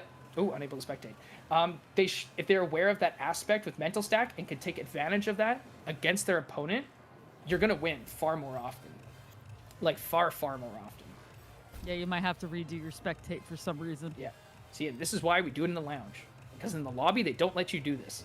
This is something for everyone to know who wants to run their own stuff or wants to watch matches, but maybe their computer or their PS5 or something is going haywire and they drop the connection. Always do serious matches in the lounge, because then you can look at the character icon or the avatar and reconnect, which is important, which frustrates me that they can't do that in a regular lobby. So, well, not only that, but I still feel like this game drops you out of lobbies way too much. Just being real. And then if you, the spectating person, has been thrown out of the lobby, like, you have to rejoin, and the match is already going, and as you said, you can't rejoin it. So yeah, the lounges really are very nice in Tekken. The lounges. I will. Man, Z. That's what I was saying with Smash Ultimates Online. That's what I've been saying, because Namco helped with that game. They developed it, and that's regardless though, it's just I really am thankful that we do have these lounge type things in fighting games, and particularly in Tekken 8's case, having this to get past probably one of the bigger pain points of the Tekken's online matchmaking system is good. All good on my behalf. Shout outs to being in the chat, by the way. Your Lee's sick nasty. Yeah, no, it's really fun to watch your Lee. I'm learning Lee. I'm still kind of a beginner, but I did rank up today. Not to toot my own horn here, but woohoo! Wow, it's good. Any what is it? You're like any sort of climb in a rank, you should feel accomplished for. It doesn't matter where you're at, but like any sign of growth, because a lot of people don't let people come to you and be like, oh my god, you're this rank. Oh, I actually, this is kind of deep, but I kind of sometimes struggle with ranked anxiety in any game I play, with the exception of Smash. I was very confident in that game, but in other games, even Tekken, like I get anxious. Don't let other people's opinion of your rank hold you back. What's more important is your self-improvement, and that's why we keep talking about the Discord, where you can practice with people, and you can get better. The people who you see in this bracket, they've got there because they worked hard and improved, without being dissuaded by what people say. So right now, Oserva on my behalf, like this is where we're at right now. As we're seeing with the cursor, it's moving around. On my behalf and Depower are currently still playing, but we're having a little bit of a technical difficulty right now with the matchmaking, as we were saying earlier, with the game itself. So yeah, any rank up's a good rank up. So we're trying to get right back into it here to continue the set, because as we remember, Depower was able to do the Asuka unblockable, won that game. We're waiting to see what the outcome of the next games are. It's unfortunate when this happens because you kind of ice your opponent. You sort of like, you kind of like the momentum could be lost, but it wasn't under anyone's control. So, and it also just gives us time to give ourselves a little bit of a small break from the gameplay. So there you're at. There you are. Yep, gives us time to talk about other things for a moment. Get ready for the And we are back. Oh, good. I'm really looking forward to see how the next matchup goes. And this ring has it's kind of small, so we're gonna see how they use the walls to start. Depower's coming in strong already. Already kind of worked. Damage output is sensational. I just realized. Yes. Yeah. I mean, you're not wrong there. I didn't realize it was quite. Already enraged for on my behalf right now. And damn, yep. I knew it was any hit then. Depower takes the first round. Wow, just wow. No, just wow is right. Honestly, it's looking very impressive here. I think on my behalf does much better when Lee's able to get the momentum moving, right? A lot of smothering with the hitboxes. Heat engagers are obviously the best way to get that happen because you get like plus frames, right? But wow, able to continue this combo, by the way, with the awkward launch, because that was a weird sort of launch to sort of follow up through. And on my behalf, just, didn't let that phase them. Continued the combo, punished them on their wake up, and got the win. It's a great way to tie. Right now we're seeing some great comboing there. Almost to the wall. Very least, we got them on each side, though. It's the back and forth right now. Did get on my behalf on the ground. Just knock him down. Bam. I guess the power is showing how strong Asuka is, because wow. Yeah, that like downward punch, that low, is it's so hard to see. And it really worked out. Like literally that round was won by that move. It connected 3 times. And it's just so hard. So now you're on edge about it. This is the mental stack I was talking about before. And then you get launched. Because see, there it is again. And it has a guaranteed follow-up. There it is again. And then you have a guaranteed follow-up. See, this is what we have to look out for. That move alone won them the set, practically, at least for that game. Like, that's a stressful move to have to handle. Because it's fast, and if you get counter hit by it, it's a follow-up. It's just, wow, that was crazy. Good stuff there from Depower to be able to pull through with that. As on my behalf is unfortunately gonna finish their run here. No frames given 5 with the tournament. They played exceptionally well. That was very, very good. So on our behalf, we'd love to give congrats to on my behalf. That was really nice. And, as I said, I love to see, as I've seen a lot more Lees lately in tournaments, getting way up there. I think he's a character a lot of people have slept on for a long time, and lately they've been realizing that, hey, he's actually really strong, especially with his Hitman stance.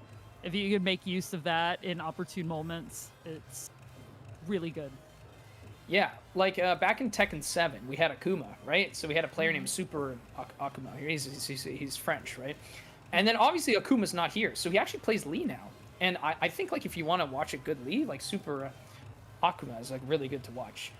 It's very, very, very good. Lee is definitely on the come up. Definitely a big threat.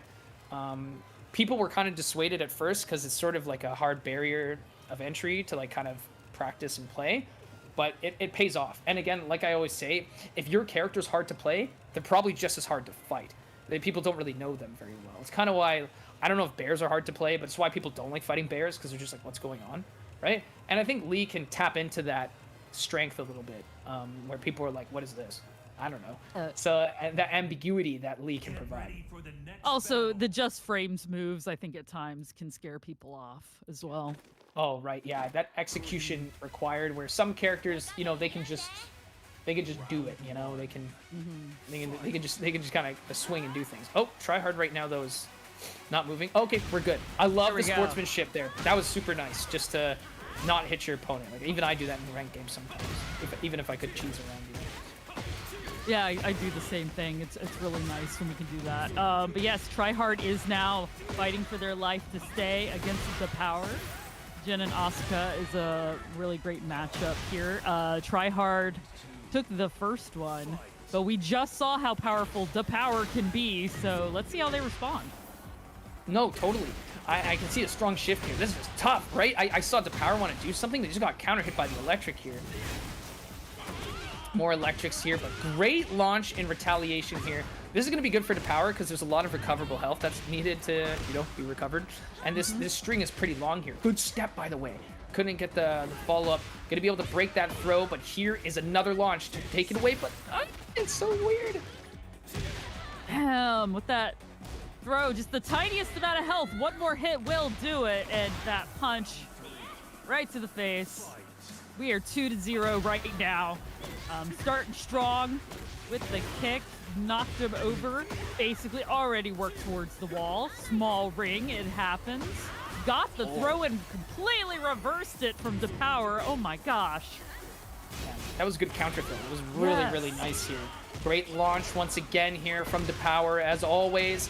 And at the wall again. Look at the damage. Oh my goodness. It is recoverable, but my goodness, that is tons of damage that Tryhard's going to have to make back here. The Heat Smash putting him here at Rage. The Heat Dash is going to allow him to continue to go a lot further here, recover that health. We might see a Rage Art, or we might just see some Oki come here at the wall here. What's it going to be?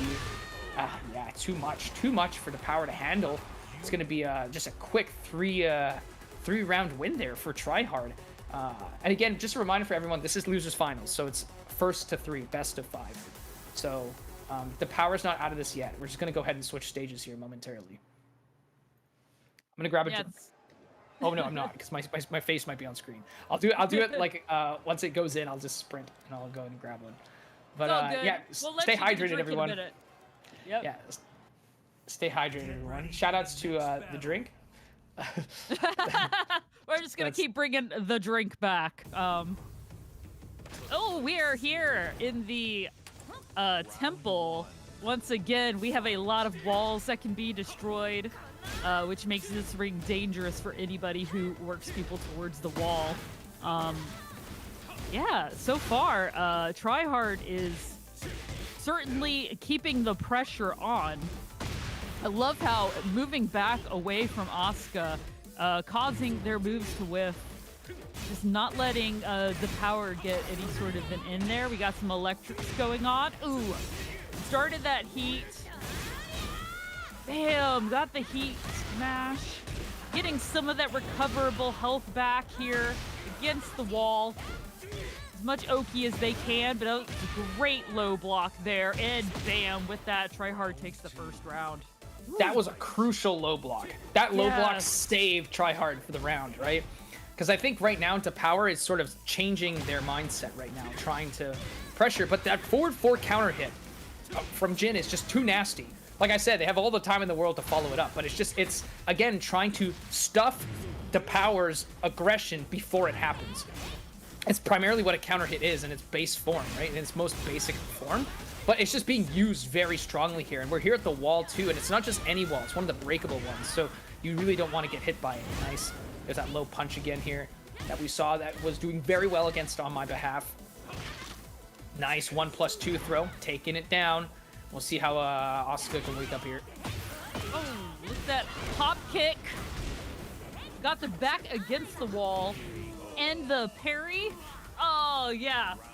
Oh, yeah, we are back on the board with the Power 1-to-1. That was a great response there. Oh, but Jin's got that cheeky low. It's so fast, hard to see. Got the juggle up to the other wall, but did not break it. And the power managed to get a juggle as well, getting the combo. This is so good here. That Demon's Paw, it's gonna whiff, but no crazy punish from there. Tried to get the launch right now. Heat Burst. Let's get rid of that aggression and get rid of that power here. But that, I don't know what it is about that low. That low is nasty. Like, is it down two? Like, what is that? That is gross from Asuka. It's just, it's so hard to see, but it does a forced knockdown. I think that's the other fun about commentating these tournaments is we get to see in real time which moves are just really winning. But oh yeah, no, Tryhard came back. Tryhard came back hard. Yeah. Yeah, definitely. it got all the 2 those to moves 2. won. Yeah, all those moves were the winning moves right there to get those 4 golden letters. It is 4, right? Yep, it is. So It is I had to now. count for a second. I was like, huh? I said 5 before, so Yeah, 5. I'm like, hold on, 7, that's- 5, 4, whatever. Yeah, 5-4. That's right. That's so funny. Yeah, the step sure. here on the electric. Gonna do it here right now. Oh, nice. Gonna use that heat dash as well. From that, that's gonna be super nice as we're gonna carry things to the wall. It's gonna put the power in rage right now, though. They're gonna use that rage to do a rage art, which is pretty clever. It's gonna do quite a bit of damage here, but it's all about how Tryhard can wake up and respond to the follow-up here. Yeah, plus I don't really get to see the Asuka cinematic picture too much. All right, Tryhard responded very, very strongly, came in aggressive in order to take that round. 2-0, but once again, since we are in losers final, it is 1-3, so we have another shot to see how DePower is going to respond to Tryhard. Yeah, I'm really impressed with DePower's adaptation in that game, but it's just obviously like a lot of people just want to look at the result. I mean, at the end of the day, the tournament, it is about the result. Who won? Is it 2-0? Is it 3-1? Is it 3-2? Whatever, right? Is it 5-4? Just kidding. But, you know, like, it's all about that result. But at least in the rounds that I saw good improvement. And so I'm pretty hopeful here for DePower to at least make a comeback for at the very least this game or something like that, because it's coming all together. It's coming through. I can see it.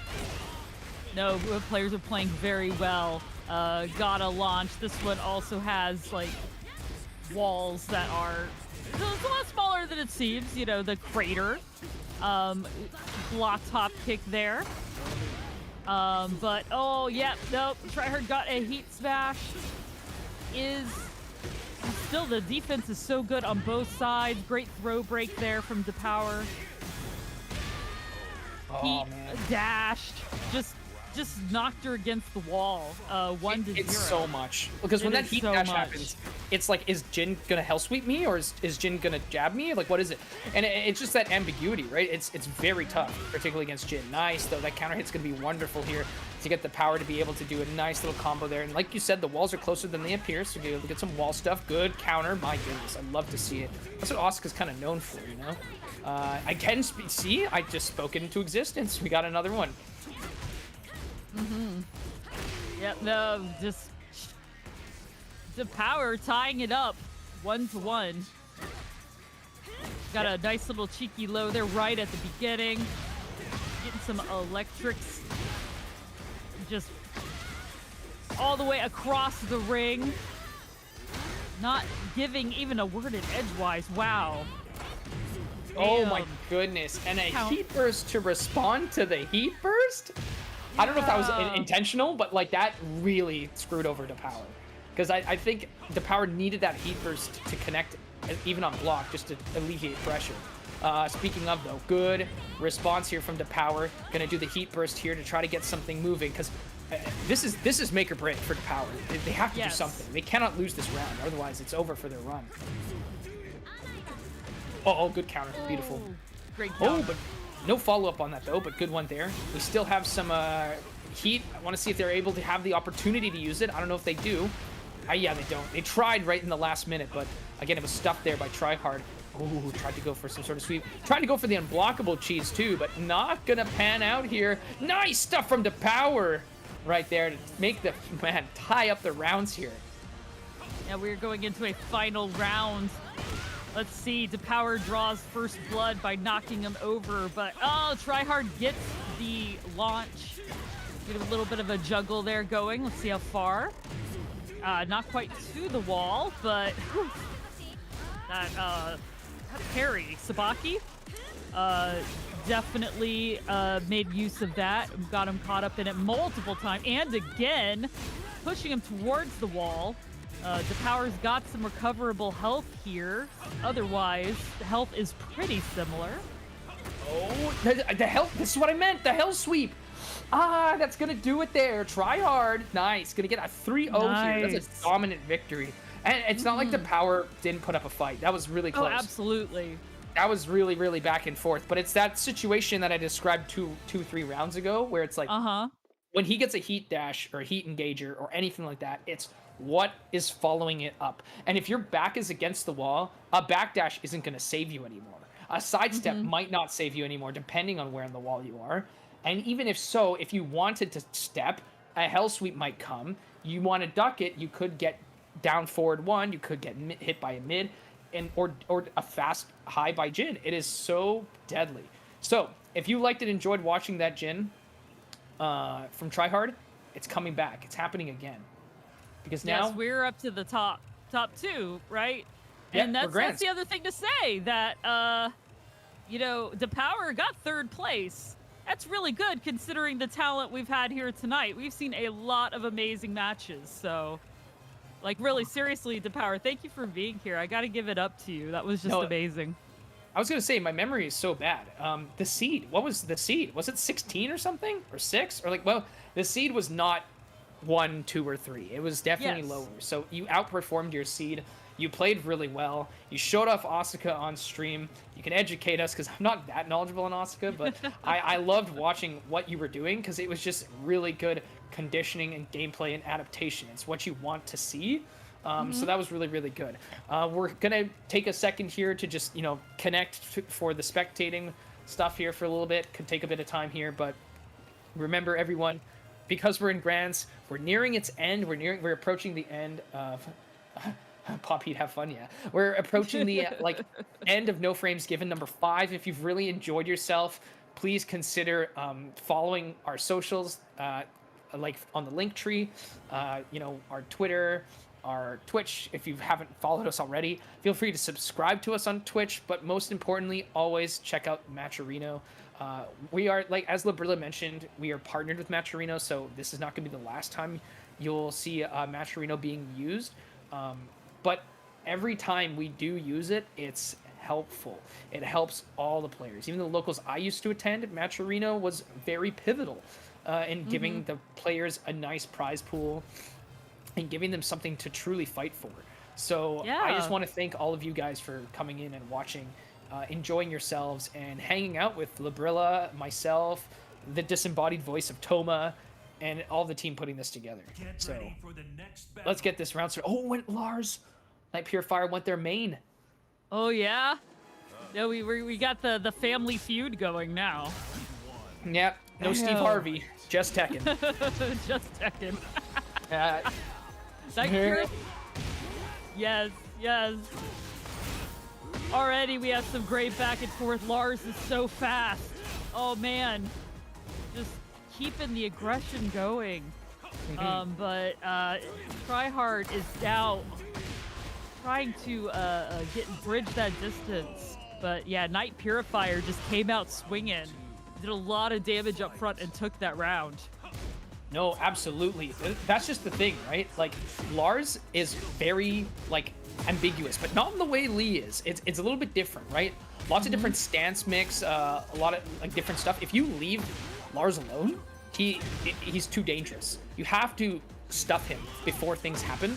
Otherwise, he's gonna stance transition, do these cheeky lows, go for it again while risings, these mids, right? It's so fast. And I think Night Purifier has demonstrated how strong they are fundamentally by using characters like Shaheen, and I believe he's played before in the past, right? And now this is when they go Lars. It's so fast. It's very similar to Rillo's match against Night Purifier's Howron, Oh yeah, I remember that. That was a great match. Bam, using heat to turn the tide. Tryhard's keeping the distance with Night Purifier pretty well, though. Once again, Night Purifier just bridges that distance very fast and takes that first round. That was quick. That was like a blink of an eye. Like, genuinely, that was so fast. I love that, seeing that finishing throw though as well. And Yakashima being the stage it is, I'm pretty sure no one hates it. Like, it's not like it's not infinite, but it's big. So we might just see the whole set ran this way, unless someone wants to switch characters.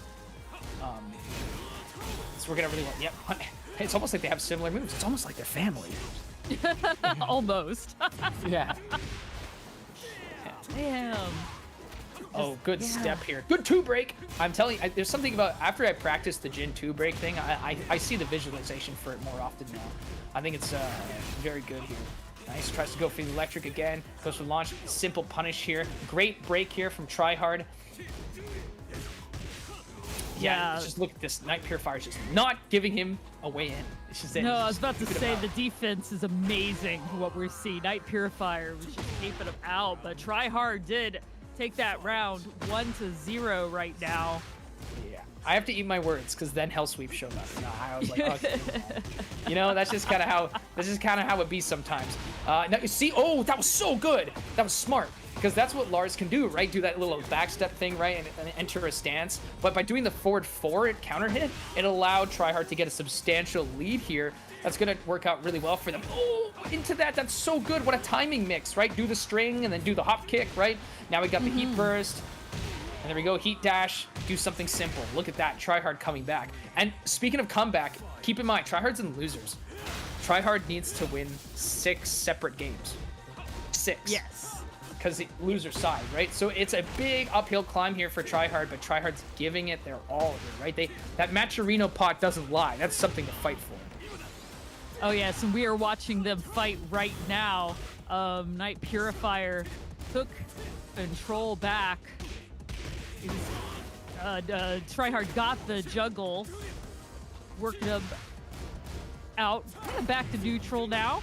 Have to see, popping some heat on Tryhard's side, see how they use it, getting some electrics out. Bit of a heat dash, but Night Purifier breaks the throw twice in a row. One time was not good enough, but still, Tryhard comes through and wins, tying it up 1-1. Wow. I think, guys, grab a snack. I'm telling you, I think this is the long haul. This is going to be a set to remember. If this is 1-1, we might be here a while, because this is crazy. And please consider, Night Purifier, as displayed by the character, this is their main. And Tryhard's putting up a great fight here. Oh, amazing duck here from Night Purifier, by the way, to be able to get this combo going.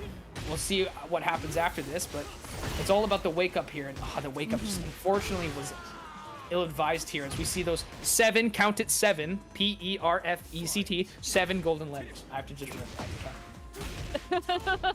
You can just get it wrong like I do. It's okay. We got a little bit of neutral going on. Pokes on both sides. Great defense. Trying to get those lows in. Bam, popping the heat. Great sidestep from Night Purifier. But yeah, Tryhard managed to get him knocked down, but got the spring kick and the heat dash. Night Purifier just won out 2-0. That was a really good use of the spring kick, by the way, because Jins and Mishimas like to do the wave dash stuff, and he's just, I don't care. He just did the spring kick and hit him right there. Nice standing 4 on the wake up here, trying to get some Lars shenanigans started and doing these lows, right? A lot of the times if you see players take lows, you're like, oh man, why did they get hit by that? Sometimes it's way better to get hit by the low than get hit by the launching mid, you know? So that's why we see things play out, because see that electric, that was the launching mid right there, and Tryhard took it very far. But now, because of this chip damage, right, from being in heat, Tryhard's in rage. So it's gonna do extra damage, might even be able to see a rage art come out. Right, gonna pop some heat. Oh, make things work. Oh my goodness, another relaunch too, so we get the reset, so the damage stops scaling. It's gonna hit really hard. Yeah, and there's the rage art. Wow. Oh my goodness, it's a 3-0 one way and then a 3-0 the other. I'm telling you guys, this is actually bonkers. This set is awesome. Woo, got that electrical cinematic movie there. Night Purifier's Lars God, you love the trade. You love the trade-off. No, Let's for see sure. how Tryhard responds. Switching stages was one way they're responding. Yes, I yes. think that's really important because it's good even if you know that your opponent will take advantage of the wall well. You could scam a win if you get them at the wall and you just keep them there and then you successfully guess right with Oki. At the end of the day, like fighting games, execution aside and mechanics aside, it's basically RPS, right? It's rock, paper, scissors, right? You Yes, put someone in an Oki absolutely. situation, you force them to wake up. If you guess correctly on their wake up, you'll do well. So instead, we're going to go to the celebration on the CN. Oh, this is the exact opposite now. This is a small stage, probably one of the smallest. Small stage, large cruise ship. I want to go on a cruise. It's a big ship. It's Victor's ship. Pretty sure it's his. But maybe, I don't know. But nonetheless, here we're gonna be able to see Night Purifier and Tryhard respectively pop their heats to try to stop aggression. But it's just, look at this. Night Purifier respected it, knew it, is able to get that grab as well. Finished with the shoulder check to kind of finish the wall combo, and then gets another launcher as well here. Another throw, another shoulder check into a mid. It's just, it's so difficult. And it's one of those mids where, like, you see Night Purifier low profile, but it's a mid. So it's very ambiguous here. 1+2 throw here from Tryhard. Yeah, he's got the tech roll there. Now getting those tracking mids going. But yes, Tryhard got some electrics, got the juggle against the wall. Will they keep going with the aggression? Looks like Night Purifier has something to say about that. Managed to get their own juggle. See, may just work into the other, almost, but no. Tryhard put a stop to it with that electric, tied it 1-1. No, that was just very good. Honestly, Yes, Night very Purifier good. could have taken that with the way they did it. Oh my goodness, the low parry. I think we've been seeing Tryhard like pepper a lot of like lows into their string pressure before they try to go for an electric. So I think Night Purifier just caught on to those patterns, right? I was able to do it there, right? Overhead. So we're seeing here now, Tryhard's not throwing out as many lows in the moment, with the exception of the down two, right? And now we're seeing electric here, mid, and they're using the D jab to be able to stuff the pressure too. That's still a thing people need to remember. The D jab is very good at that. That's one of my favorite moves, honestly. Yep. Yeah. Let's see what we got there. Just got a throw break from Night Purifier. Working him towards the wall. Oh, cheeky lows right into the wall. Yeah, Somehow just... this is point for Night Purifier. It is point for Night Purifier. Tournament That block point. was insane here. Now we're going to get a counter hit throw as well. It's going to beat the power crush.